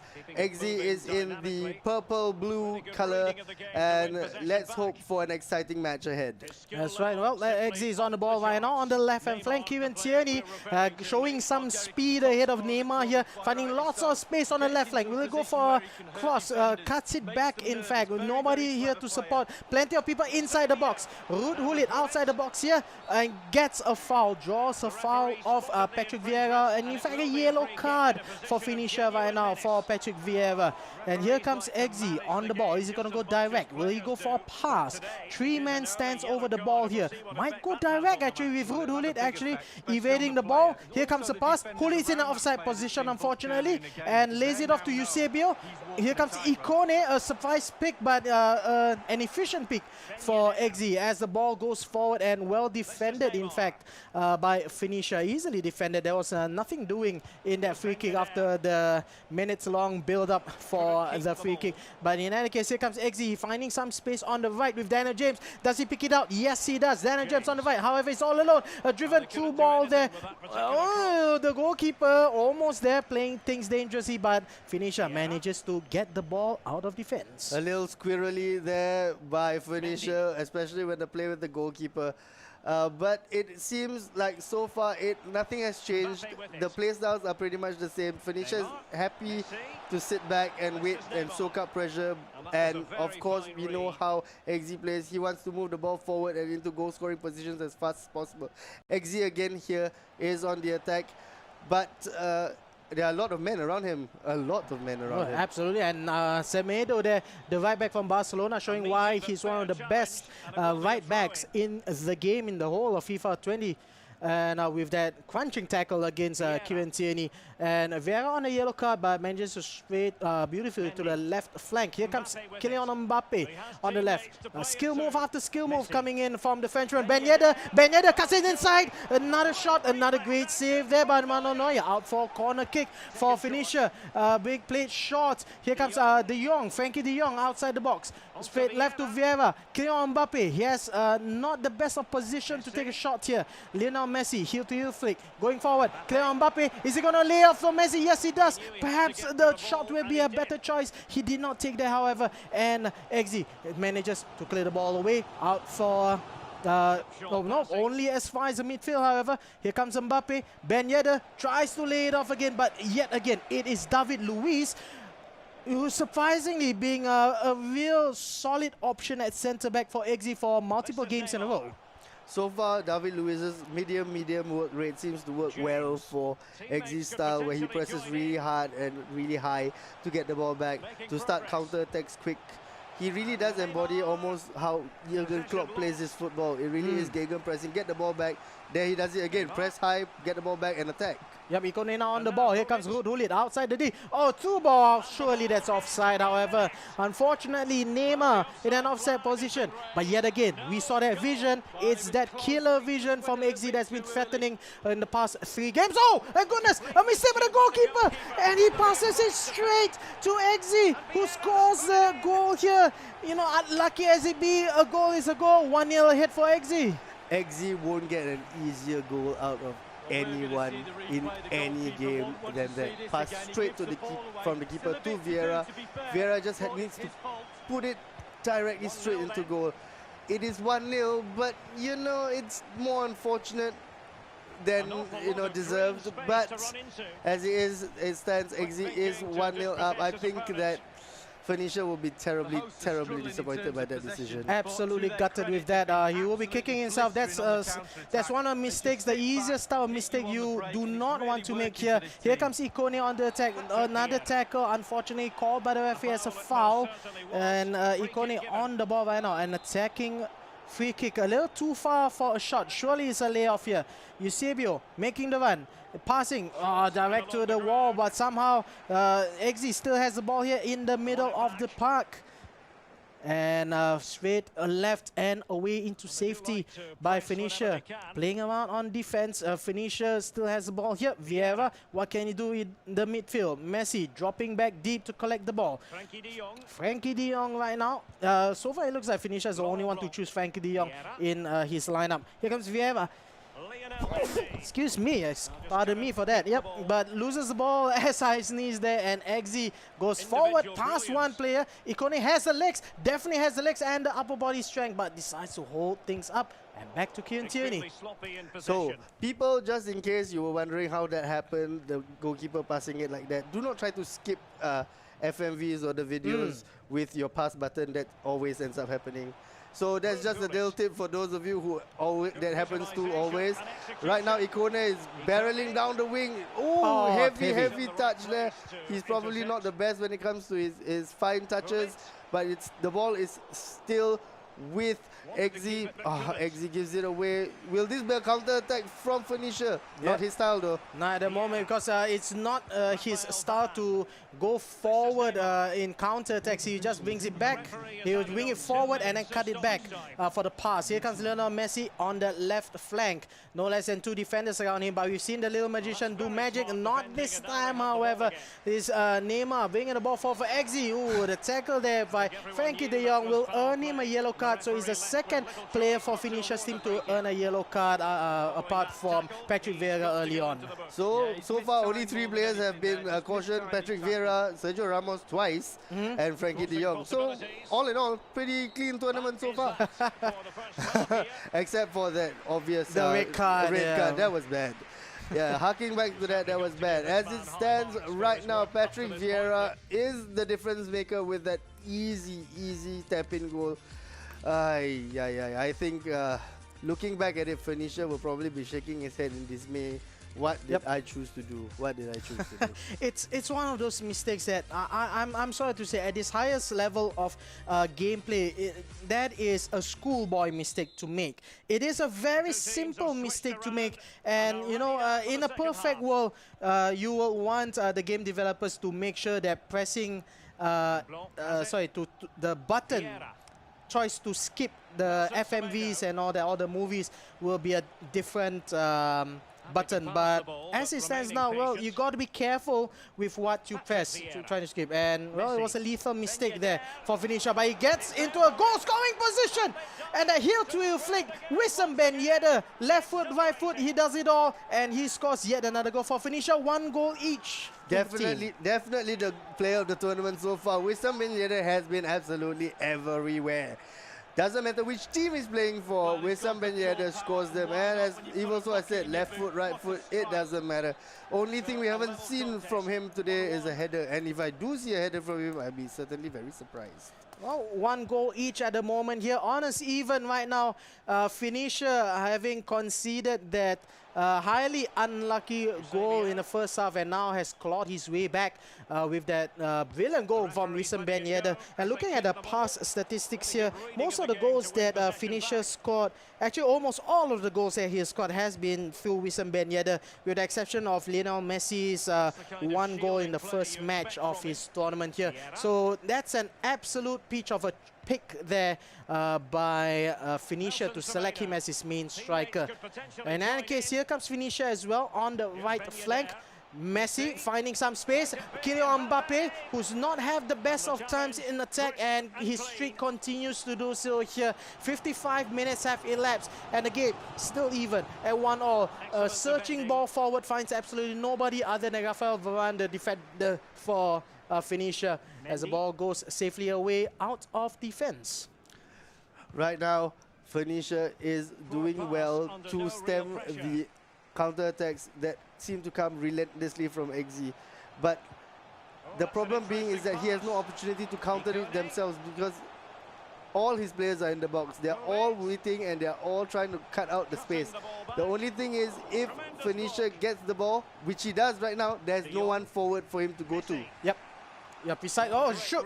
It's, oh, I thought he was going to go for a pass there. That was almost a killer through ball, if not for the body of the defender for Phoenicia. And again, Phoenicia been let go pretty easily there. We got a pause coming up from Eggsy, as I expect a few changes in personnel or tactics from him. Again, does not have quite the luck in attack ever since the start of the second half. Here comes Vieira. Lots of space around him for Phoenicia. Vieira still looking for an option. He does find one with Ben Yedder. Here comes Lionel Messi. Lays it off. Lionel Messi on his left foot. And he buries it to the left corner there. 2-1. And Phoenicia manages to claw back from being a goal down. He's now ahead by a goal. Messi with that goal there. You can never overstate again that left foot. That magical left foot from the little magician from Argentina. Barcelona's talisman, Argentina's talisman. The moment he gets the ball and it unleashes that shot from his left foot, he can curl it and pick whatever spot he wants to. And he has done exactly that right now. Right now, Phoenicia is in the ascendancy. But, sorry, is Phoenicia, right? Yep, yeah, Phoenicia is the lead, yep. My goodness, I've gotten myself into knots right there, confused. Phoenicia has done so well to get the ball there. He's not his usual style. He usually takes it very slow, but this time he actually made an effort to get it forward quite quickly. And it has proven to be worthwhile, because Lionel Messi has given him the lead against Eggsy. Can Eggsy now pull something out and come back in this match? There are 20-odd minutes left. There's still time, but he first needs to get the ball back away from Phoenicia. Yeah, it doesn't look that great right now for Eggsy, because he's not had the best of times in attack. Here comes Neymar on the right flank. Messi yet again with a snapshot with his weaker foot. However, that bounces harmlessly off a defender. Cleared immediately out to the left flank for Eggsy. Right in the path of Kent. UEA Live Kent here upgraded at 84. Can he pass inside to James? He finds Neymar. A cut back inside. Neymar, what a tackle that is from Rafael Varane. Yet again, for the second time in this match alone, he's brought in the saving tackle. An all-important tackle there to keep the scoreline at 2-1. So far, so good for Phoenicia. He is again in possession of the ball. The longer he holds on to it, the better. All he needs to make sure is he doesn't give away the ball in an attacking possible position for Eggsy, because Eggsy, we've seen it so far, he's lightning quick when it comes to his counters. But right now, Phoenicia is doing well, holding on to the ball at all costs, trying to win the ball back high as well, because he knows how dangerous his opponent can be in possession.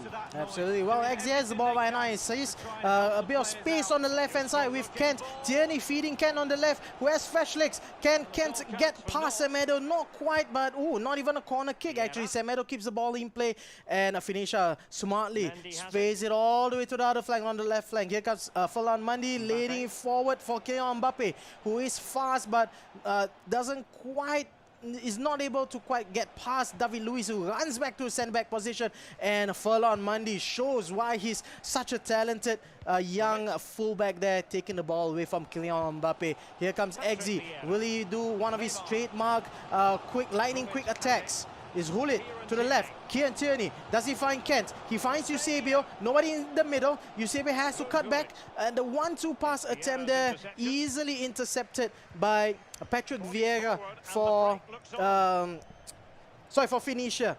Laying it forward is Mbappe. Pausing a little on the left flank. Too long, however, as the ball gets dispossessed away from Phoenicia. Coming into the 83rd minute. And again, Eggsy tries to attack that left flank. Here comes Eusebio. Again, the left flank is being charged here. Tierney, will he go for a cross? He's going to cut it back. Back to Eusebio. Finding Kent. Here comes Neymar on his right foot. And what a save that is by Manuel Neuer to keep the score at 2-1. Corner kick right now. A pause being taken by Eggsy, I believe. This will be really important for Eggsy. I was about to say that actually I don't think this is the best we've actually seen Eggsy play. Just as I said, I was about to say that he has a snapshot and a possible chance at a goal, but unfortunately the ball was saved. But Eggsy hasn't quite seemed himself so far in this game. No fancy flicks and tricks. He might be a little bit nervous now because he's getting close to that prize pot, to that $5,000 grand prize. Is it affecting him? Maybe it is a little bit, because I think that he's not playing as freely as he normally would be. But let's see what happens from this corner kick that's about to happen right now. Yep, we are seeing quite a number of tactical changes here for both sides, I believe. I didn't quite catch any substitutions on Phoenicia's half here, but I would be a little surprised if Eggsy doesn't bring on more additional reinforcements, especially to his right side or in the middle of the park. He's definitely attacking down the left flank, Eggsy. Of course, with the speed of Tierney as well as Ryan Kent, it's quite an obvious route. Here comes a corner kick, and this substitution is a maximum up for Daniel James. Kent being brought on for Mbappe for Phoenicia's side. And another corner kick to be taken for Eggsy. Will he take it short this time? Seems to be gunning for another long pass. And yes, he does. He goes long, trying to get into that near post area. Unfortunately for him, did not pan out quite as well. Messi now. Will he go for a long kick? Yes, he does. And he's straight to Kent. Kent brings it down with his head. It's still Ryan Kent. Is that a penalty? No, it's a fair tackle by Boateng, according to the referee. And Eggsy still has time for one last attack on the left-hand side. Is Hullet. Will he feed it forward for Kent? Yes, he does, but Kent does not control the ball well. And this time a counter-attack.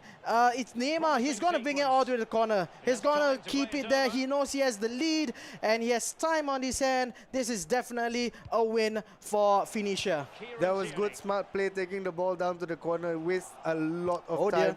But there is still one last possibility of an attack. Ryan Kent here is open. Does Ryan Kent pull it back in? He does. Finesse shot. Oh, Eusebio, that was such an opportunity. Eusebio goes back in.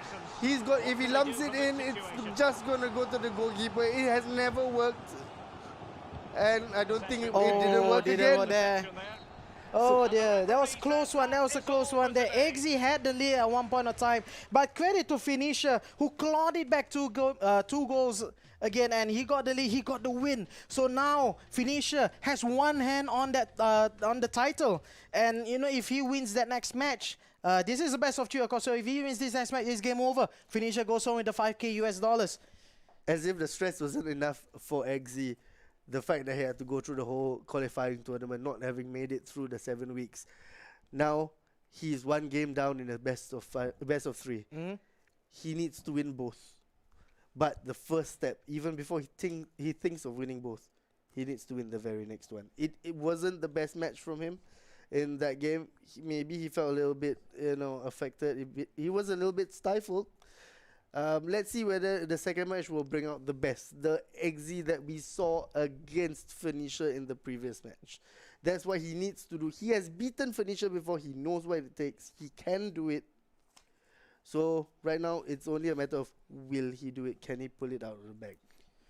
Well, yeah, we've seen this could potentially be the final match of the entire tournament, ladies and gentlemen. If you're just joining us here, this is, of course, the MyRepublic Gamers Arena Grand Finals for FIFA 20. We've had well over 120 participants in this tournament. We've whittled it down to the final two. It's Phoenicia 24 from Malaysia up against Eggsy from Indonesia. And, in the round robin stage early on, Eggsy beat Phoenicia 3-2.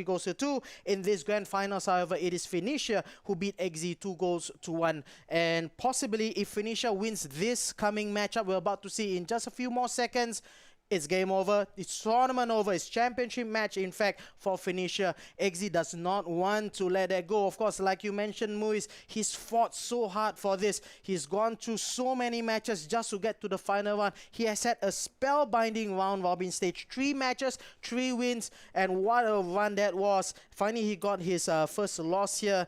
So with all the time and effort that he spent, I really don't think he wants to quit right here. Of course, he's not going to give up. I think he is proven that he's a winner. He's gone through all the hoops. He's done it the difficult way. He's gotten here through sheer force of will, through a difficult tournament that just happened yesterday.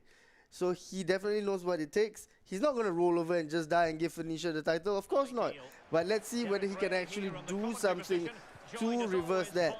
Right now, he is playing in the white Eggsy from right to left, and from left to right in the black is Phoenicia. Phoenicia now plays it wide to Semedo. Semedo bringing it down. Does he go all the way and cross it in? Of course they don't, because nobody does crossing now. So now the ball is with Eggsy. Eggsy, does he do a quick counter attack? There is no one up there, but he is the absolute master of that manual pass. He seems to be able to pass into tiny gaps that no one else can possibly see. But unfortunately, that one was cut out as well. Right now, Phoenicia. Can Phoenicia find the blow? Phoenicia also has a habit of scoring very early in games. He has space right now. Too much there asked from Neymar. Neymar tried to wiggle his way around, but Neymar got blocked off by the defender. Great pass there, great space. Ikone has so much pace. Oh, Neymar, fantastic movement. Fantastic movement. That was a brilliant piece of skill just to create that infinitesimally small space. Incredibly small space. Just enough to slide it into the feet of Eusebio. And Eusebio, once he's there, he gets the ball. All he says is, thank you, wham bam, thank you, ma'am. He puts it in with his left foot, that 5-star weak left foot of his. And it is now 1-0 to Eggsy. Eggsy is on the road to coming back. If he wins this, we will have a game 3. If he doesn't, then Phoenicia will be the champion and will take home the 5K grand prize for the MyRepublic Gamer Arena Season 1 FIFA 20 tournament. Yeah, this is exactly the response that Eggsy wants to show to the world here. Of course, he's not playing alone. He is representing his clan RRQ, who's been gunning for him in the YouTube comments here. Shout out to all of you fans who's been gunning for Eggsy. He's been going on an absolutely fantastic run of form in the round robin. He definitely needs all your support here, with Phoenicia being on form as well and Phoenicia on the ball. But that play there on the left hand by Ikone especially. Very surprising choice to put Ikone, but it has worked wonders for Eggsy. Let's see if we are able to see more of him as we see Phoenicia building things up right outside the box, going for the attack. Really, that choice of Ikone is really something that I wanted to comment on. But before I get there, we just have to comment on exactly how wonderful that goal from Phoenicia is. Phoenicia seems to have realized that I must shoot more, dribble around less, because that was a simple goal, pulled back with some Ben Yedder. There is no doubt anymore. with some Ben Yedder. This is the Ben Yedder show right now. Ben Yedder has contributed, I think, 80% of all goals in the whole tournament. Wissam Ben Yedder is the man. Right now, he has been the man for Phoenicia, pulling him back level. And on that note, Phoenicia is also attacking once again. Now Messi has the ball. Neymar with the ball now. Can Neymar find support? He does. Vieira there. Mbappe. Mbappe passes back in to Neymar, shoots against the defender, second time shoots against the defender. The defenders are just putting their bodies on the line to keep this match level for Eggsy. Eggsy now, does he have the opportunity to push it high up? Eggsy, we know his wing play is excellent. His runners are always willing and able. There we go again, the man, the myth himself, Ikone. We don't know why he's here, but he's being used to great effect right now by Eggsy. Eggsy, does he have a shot? Eusebio! Oh my goodness, what a shot there by Eusebio. Eusebio finds himself a pocket of space, unleashes an absolute rocket into the top corner. Eusebio, the legend from Portugal, the Black Panther, the Black Pearl. He buries it. The goalkeeper had absolutely no chance. You know, it is now 2-1. Yeah, looking at Ikone, this is definitely the future stars version of Ikone. 4-star skills, 4-star weak move, weak foot, and a 94 pace, 92 dribbling rating on the for Ikone, FS Ikone. I think that is the reason why Eggsy chose somebody like him. And the number of skill moves he did in the build-up of both of these goals proved essential to the build-up as well. So I think this was a genius move by Eggsy to pick Ikone. We've seen players who are ill-suited on the left wing, like Pele being played early on in this tournament. But Ikone is a well-suited matchup on the left flank. Fantastic again, that manual through pass to the wing. He does not go down the driven pass route. He tries to dribble around. Eusebio. Oh my goodness, Eusebio, tenacity right there, trying to get the ball all the way past the defender line all by himself. Ooh, absolute long ball tactic here by Phoenicia. Will Phoenicia benefit? He has the ball. The goalkeeper, too easy, too close to the goalkeeper's hands. That's something that we have not seen used so far in the tournament. An absolute straight direct route one long ball should be used more, because obviously it almost worked. But here we have the trademark quick electric counter attack there by Eggsy, but he loses the ball. Phoenicia now has the ball. Phoenicia has space. He has men forward. What does he do? He plays the simple ball to the wing.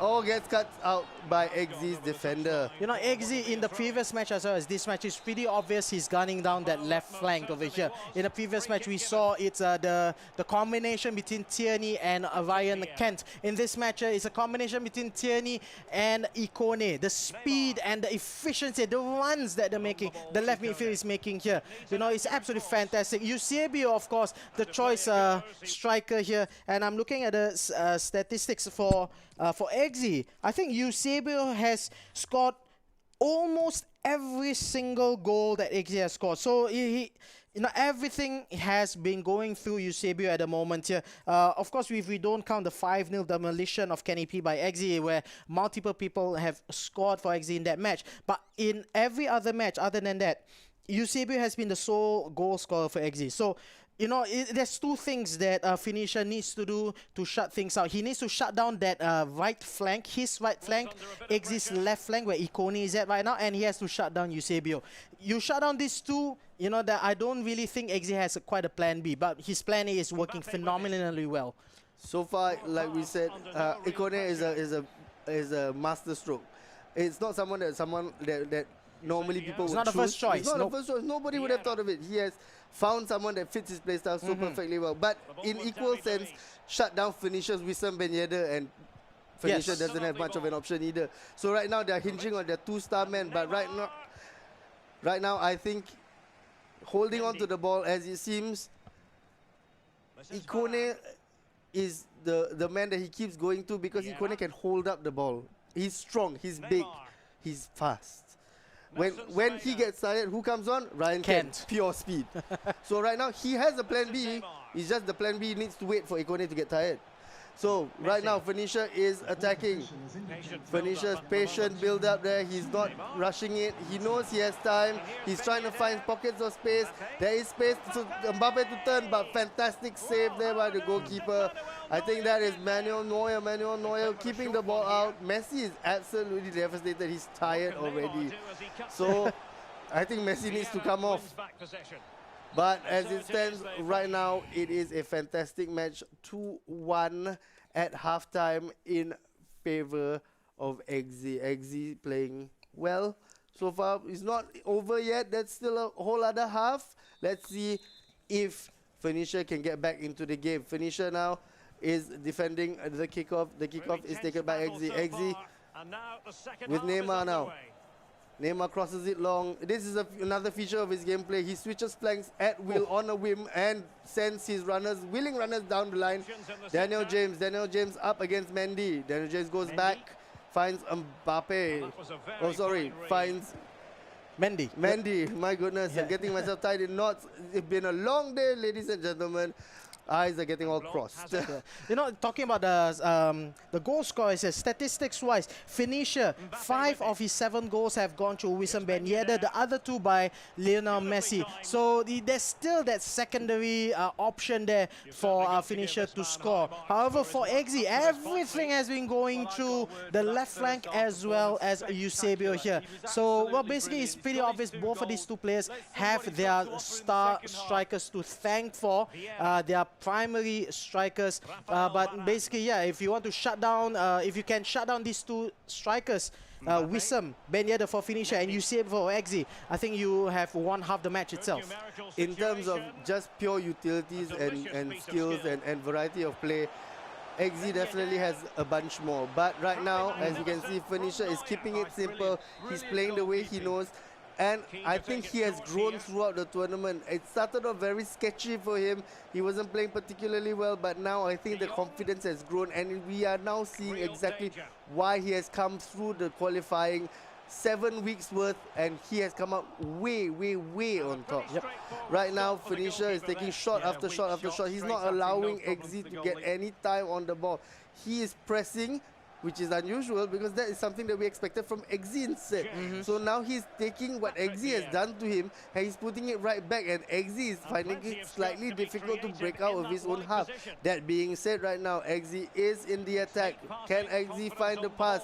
That might be a lucky bounce. Oh, that was a snapshot. That is another example of the affliction we mentioned previously. The ball bounces right off the goalkeeper into the waiting path of the left boot of Eusebio. It's Neymar. Oh, is it Neymar? It's sorry. Neymar. It's Neymar. Sorry, it's Neymar. Says thank you. Second time I won't miss again, especially since you are now on the floor. Goalkeeper had no chance, couldn't move. Neymar gets it, and now the score is 3-1 in favor of Eggsy. Eggsy seems to be cruising it so far. Almost. Why do we always end up saying things just before they give the ball away? But now Phoenicia is with the ball. Phoenicia with the Mbappe. Nice through pass there from Mbappe to Messi, but unfortunately Messi didn't quite have the legs to get there. Messi is known for having pretty bad stamina in the game, so he is quickly wearing out. Not of course saying that he is not a great player, but right now this is another man with huge legs.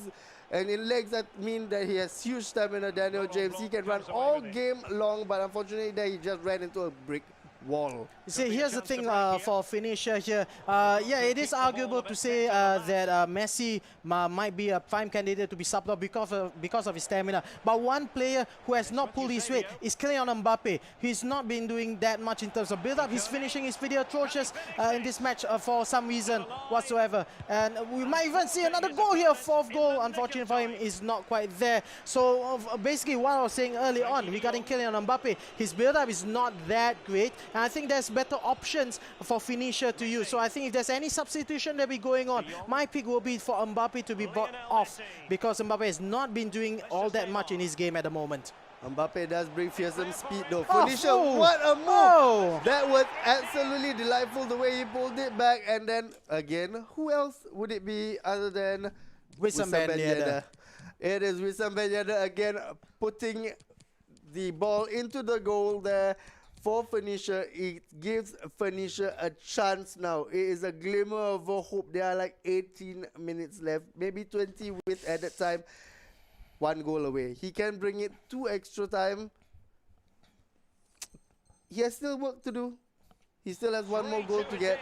But right now, Wissam Ben Yedder is his absolute talisman. Anything that Wissam Ben Yedder touches in or about the goal area, he puts it in for Phoenicia. Yeah, and plan B is in effect right now for Eggsy, as Ikone has brought out, and for who else other than Ryan Kent? Here is on the ball right now. Kent, we've seen how lethal he can be with his speed. And of course, on the other flank of his Daniel James. Unfortunately, just at that moment, offside. But still, now you have two amazingly blistering fast players on both flanks for Eggsy. He has the lead. If his scoreline stays easy, he will force a tiebreaker third match. That is something that Phoenicia does not want to do so here. He wants to make sure he gets an equalizing goal, but he needs a lot of defend. Oh, that was really strange there from Eggsy. Perhaps he's trying to do some sort of fake shot which did not come out. But like I was saying, Phoenicia does not want to go to a third match. He needs to finish this, because once Eggsy has that form, that run in him, he's pretty much unstoppable. He doesn't want to give the momentum away to Eggsy right now, because if Eggsy gets the momentum going into the third match, it is his match to win. It's his match, because anyone who carries momentum, and we all know, we've seen this so many times in various gaming tournaments, whoever won the last game is more likely to win than the guy who just lost. In this case, Eggsy is though hanging on. There is only 8 more minutes. Eggsy is going to run the ball down with Mendy. It's Mendy versus Mendy. Mendy, he's going backwards, in fact. He's just holding on to the ball at all costs.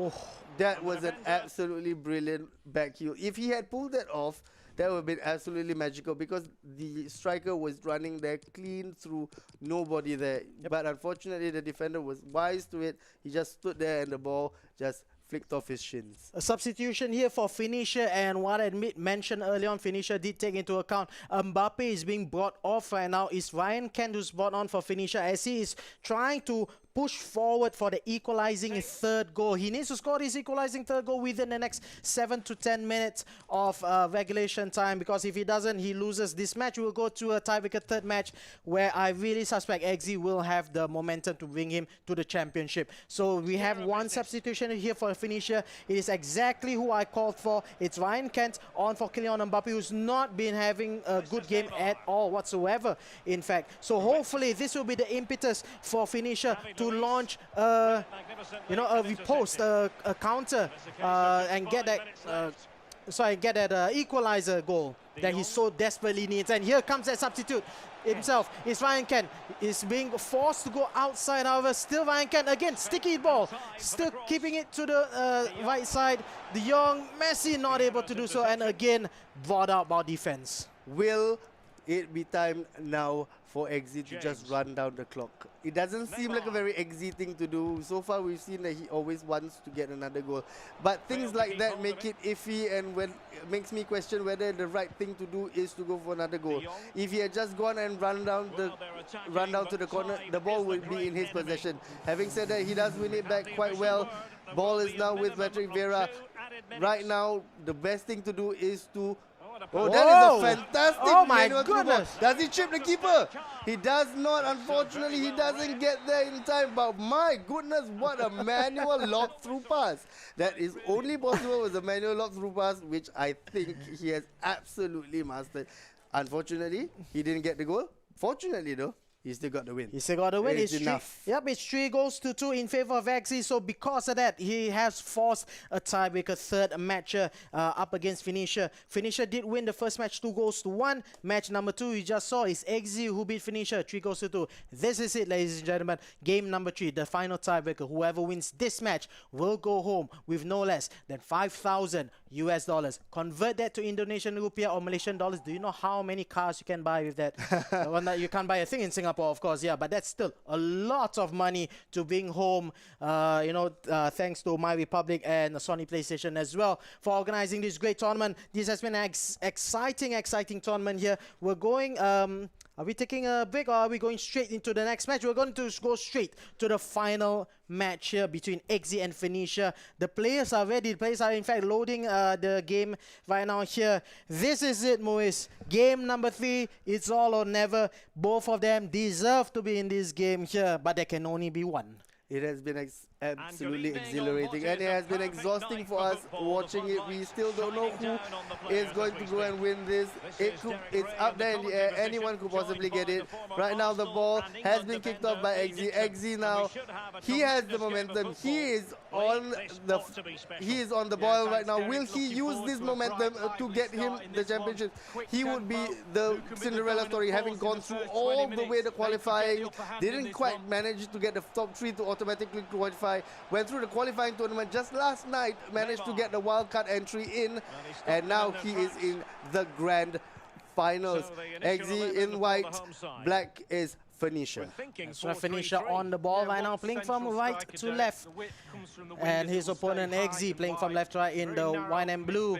And well, formations-wise, 4-2-3-1 against 4-3-3. Let's see how it pans out here. Here comes Lionel Messi in the middle, inside left forward position. Forced to go back to Vieira because a number of defenders ahead of him, too many. And he sprays it left to Mbappe. Will Mbappe have a better run at things this match? He was pretty much ineffective in the last match. Mendy now on the left.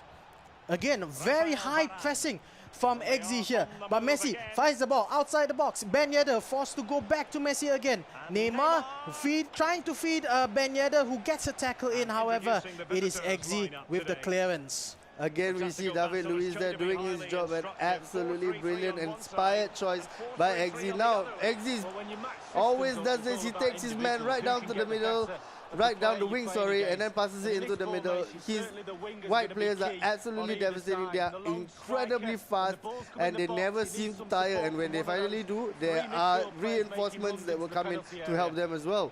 Yeah, Ruud on the left flank now for Eggsy in the white attire. Here comes Kieran Tierney. Tierney's partnership with Ikone has been phenomenal on the left flank. And here is Ikone himself. Back to Ruud. Will he lay left or right to Vieira? He does. Trying to find space. James to Eusebio. Neymar with the shot off, blocked off, and goes away for a corner kick. So far so good from both teams. Nobody has conceded yet. But in the ascendancy and in the attack right now is Ikone. It's Ikone! From outside the box, Ikone lays it to his left foot, smashes it to the top corner. 1-0 for Eggsy. He's doing it right now. He might win the tournament. Jonathan Ikone, the surprise choice. So far, he's been electric down that wing. He has been giving the assist. But now he decides, nope, this is my time. I'm about to smash it into the top left corner and claim my goal. Jonathan Ikone, fantastic choice there. Unusual choice by Eggsy, but it has been truly, truly justified. I think the stock for Jonathan Ikone's prices just went up here. He's being shown how efficient he can be, not only on the left flank, but also just outside the box as well. There's a smashing finish to the top left bin there. And well, there's fantastic again choice by Eggsy. He has the lead right now. 1-0. Phoenicia on the ball, trying to find the equalizer. Well intercepted by Ruud. Here comes a counter attack. Eggsy trying to double his lead. Jonathan Ikone, the goal scorer, on the left. Nobody around him at all. Nobody's even attempting to stop him. Here comes Eusebio, prime goal scorer of Eggsy. Lays it forward. Daniel James on the right flank. He's going to cut back. Tries to cut back, but well defended by Mendy as he brings the ball out to Kylian Mbappe. Exciting attacking moves here by both of the players, and it's Eggsy with the goal lead, however, but we might see an equalizer coming close for Phoenicia. So far, Phoenicia still holding on to the ball. He has an option. Oh, a little too cheeky there, but what a pass there. David Luiz, unfortunately this time, does the wrong thing and takes his attacker down. This could be a direct free kick here. However, we got Messi as well as Neymar lining up for a shot. It's a layoff to Messi's wrong boot. However, should be laid off to his left boot. Neymar keeps it in possession, in play. De Jong goes back to Mendy. Back to De Jong. Messi trying to feed Wissam Ben Yedder. Unfortunately, well tackled and well intercepted by Eggsy again. Here comes Daniel James on the right flank. Mendy, can he get a pass to James? Decides to go down the middle instead. James with the turn, not getting past Mendy at all. And Mendy doing really well there. Keeping Daniel James at bay. Frankie De Jong on the middle. Mendy on the left, trying to find options. Nobody's opening up. Here he does find Neymar, still on the left flank, unable to cut inside. Back to Mendy. And still, Mandy holding up the ball, trying to just coax the defense out of position. Here comes Wissam Ben Yedder. We've seen him on his left foot. Ben Yedder again on the left foot, however, not as clinical as one would like him to be, directly to the goalkeeper. Right now, Eggsy takes the ball. It's a fantastic counter-attack. His Ikone, we know how much he loves to run down the flank with Ikone. But unfortunately, his touch is not quite the best. Phoenicia now. Phoenicia gives the ball away in a dangerous position. Can he capitalize? No, Eggsy cannot. Phoenicia still has the ball. Phoenicia coming out now. Phoenicia is just going to wait till his players run forward. Phoenicia is calm right now, even though he is trailing by 1. Yeah, he's playing really patiently now, even though, like you mentioned, he is trailing by 1, but he's not rushing for. He knows he has plenty of time to build up. It's only the 38th minute, but of course you can't play it like that, however, Phoenicia, and expect to win. You got to keep the ball in close contact with you at all times. Here comes Patrick Vieira for Eggsy as yet another long launch ball forward, looking for Daniel James and finding this target. Daniel James just barely keeping in the play, but well defended by Phoenicia. Somehow no corner kick considered there. 41 minutes have elapsed in this match, and what a through ball to the right hand flank. Neymar, not the fastest in the game, but still very, very speedy as well. Comes Neymar all the way inside, tries to go for a driven pass towards Lionel Messi. Unfortunately blocked by a defender. However, the ball is still not cleared out of danger. Kylian Mbappe trying for a killer pass, trying to feed Wissam Ben Yedder.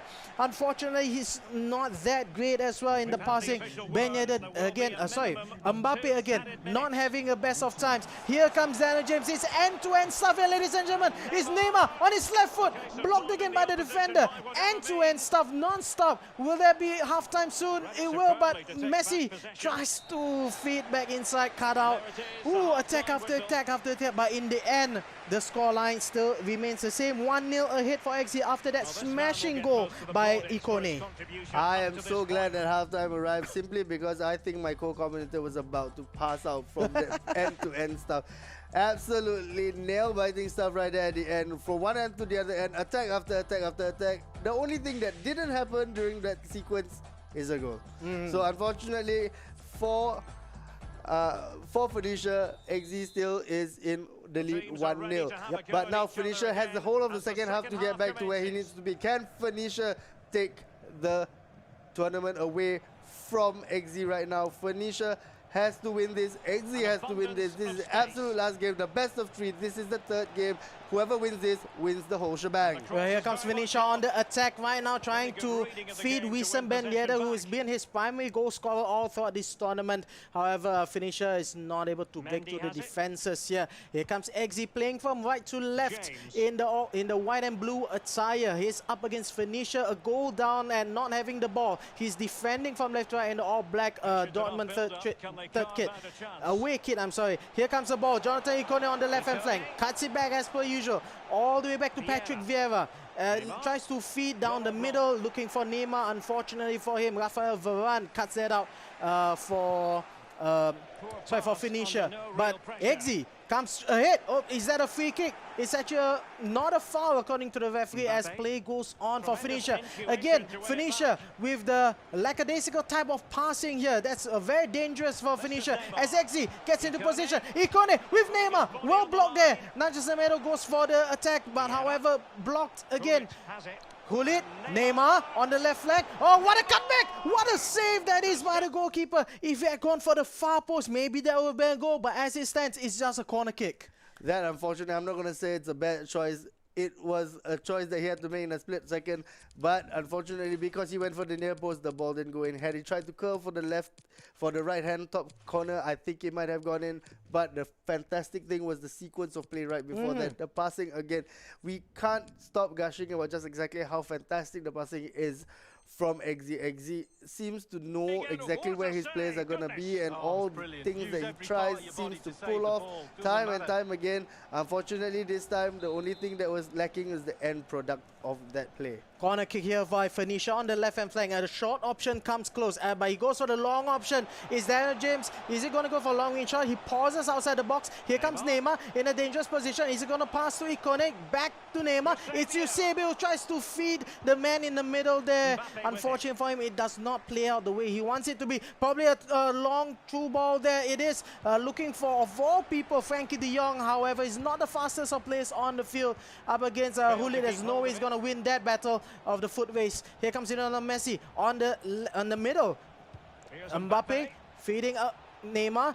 Back out, does not see an option. Frankie de Jong goes back. Here comes Wissam Ben Yedder. Neymar outside the box. Neymar with the finesse shot. Well saved by Manuel Neuer, out for a corner kick. He did try now to go for the finesse shot into the top upper corner, but unfortunately not enough to get past the gigantic frame of the German Manuel Neuer, arguably one of the world's best goalkeepers. Right now, Phoenicia is still attacking. Phoenicia with Mbappe. Mbappe tries to turn, but Mbappe has 3 men surrounding him. Now it's Neymar. Neymar passes to Mbappe. Does Mbappe have a shot? No. That is the wise choice. Take it and boot it away. Yeah, Mbappe is not having a greatest of games yet again. He was inefficient in game number 2 early on. Pretty inefficient in this match as well. I wonder, what Phoenicia sees in Mbappe. Unfortunately, is not really suited to the playstyle here. He needs somebody a lot more direct. Maybe he could try shooting with Mbappe for once, because his build-up play is not that great. Here comes another beautiful triangle pass here for Eggsy. Almost there at the end there, but unfortunately Neymar is injured. Neymar for Eggsy is injured for one reason or another, so not able to latch on to that. Eggsy calls for a pause, maybe even a change in personnel here, maybe to swap out Neymar, who was injured. I'm not so sure if he has shaken out that injury. As it stands right now, here's Phoenicia on the middle with Kylian Mbappe finding space in the middle.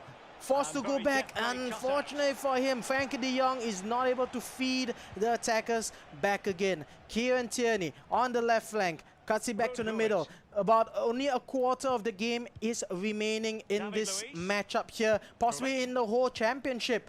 And it seems that Eggsy has one hand on the trophy. Can he keep this scoreline at this level and bring home the $5,000 US? Vieira, however, for Phoenicia has other thoughts in play. Here comes de Jong, looking forward for Messi. What options does he have in front? He has a couple here. Chooses to go all on his own. Still nobody. Neymar cuts it back perhaps. Will he be forced back? Kieran Tierney, fantastic tracking to cut it back and get the defense up. Here comes Neymar Jr. up against Varane. Does he have the legs? Neymar's not injured anymore. He goes out wide, tries to buy as much time as possible for fellow attackers to run forward. Daniel James, hounded up by Rafael Varane. What a tackle there is from the Real Madrid defender as Messi brings it back out again. Right now, it is all about whether Phoenicia can get that goal back. He has nary any time left. It is about 10 minutes, and giving the ball away cheaply like that to your opponent will not do you any good. Right now, it is desperate attacking by Phoenicia. He needs that goal. He needs it right now. It is into the last 10 minutes. Can Phoenicia pull something off in the dying minutes? Oh, Neymar! Oh, the shot is spilled! Somehow, again, it's Wissam Ben Yedder who's not able to latch onto that. Luckily for Manuel Neuer, manages to catch that rebound. The shot, stinging as it was from Neymar, and it almost got the equalizer for Phoenicia. However, now it is Eggsy rampaging forward with nobody's to stop him on the left flank with Kieran Tierney.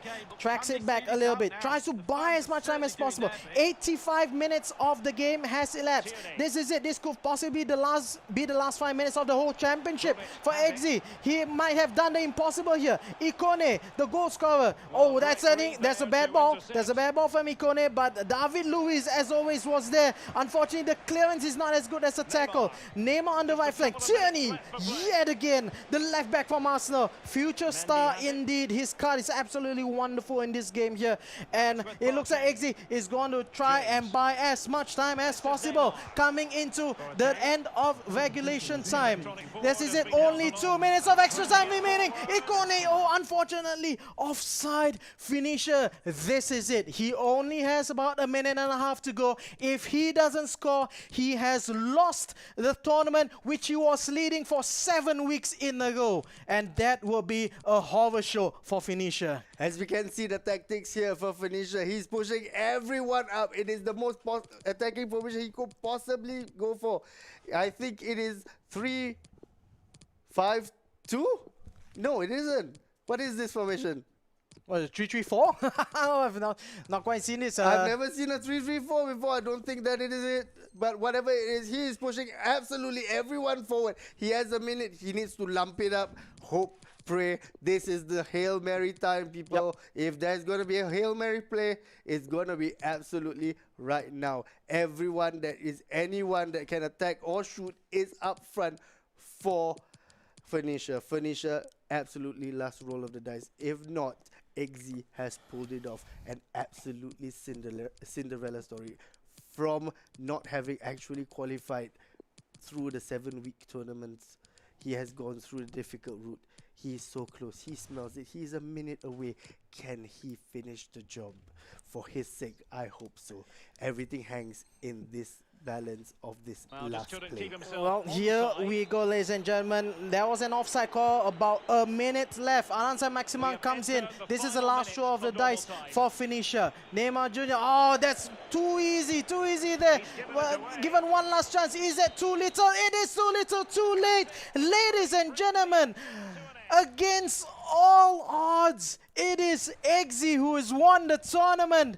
The player who only managed to score 245 points and 8th place in the qualifying rounds is your champion for this season of the MyRepublic Game Arena FIFA 20 Grand Finals. This man from Indonesia, what a run, Muiz, what a run that he has done. He's actually gone and done it. My applause goes out to him. The mad lad has gone the whole way and won the whole thing. He has gone the difficult route, and he has come out on top. And to be perfectly honest, I think it's not undeserved. Nope. Some of the most beautiful FIFA 20 play I have ever seen, and I'm sure you would agree. Some of the best passing, some of the best. It's almost telekinetic, his passing, and his. In some games, while he scrapped it out, he still managed to get there, and he finally did it. And to make it even more confirmed that he deserves it, he beat the guy who came up top in qualifying. That's right. Well, commiserations to Phoenicia, 24 from Malaysia. He has done so much hard work and great work in the qualifying rounds. Even in this tournament, the grand finals here, he has fought his way to 2nd place, going home with a cool $3,000 US. But the champion of the day, the name of the day, RRQ Eggsy from Indonesia, goes back with $5,000 US as your champion for this season of MyRepublic Game Arena Grand Finals for FIFA 20. It's been a great day. It's been a very tiring day. Many matches that we've casted. Some good, some not so good, some brilliant. Some amazing. Yes, it's been an honor, and we thank MyRepublic for having us. I'm Wiz, and with me is... Yeah, I'm Evil Sword. Ladies and gentlemen, this has been a fantastic round here in Season 1. Do stay around for Season 2 for MyRepublic. Do support us. Go head on over to the Facebook page for MyRepublic Gamer and give them a like as well. Shoutouts to Sony PlayStation 4 for supporting this tournament as well. Ladies and gentlemen, it's been a fantastic night here. I wish everybody the best of health in the current global situation as well. Do stay safe and stay connected over at EA Sports FIFA 20. We'll see you guys in the next season of Season 2 for MyRepublic Game Arena. Take care, everyone. Have a good night.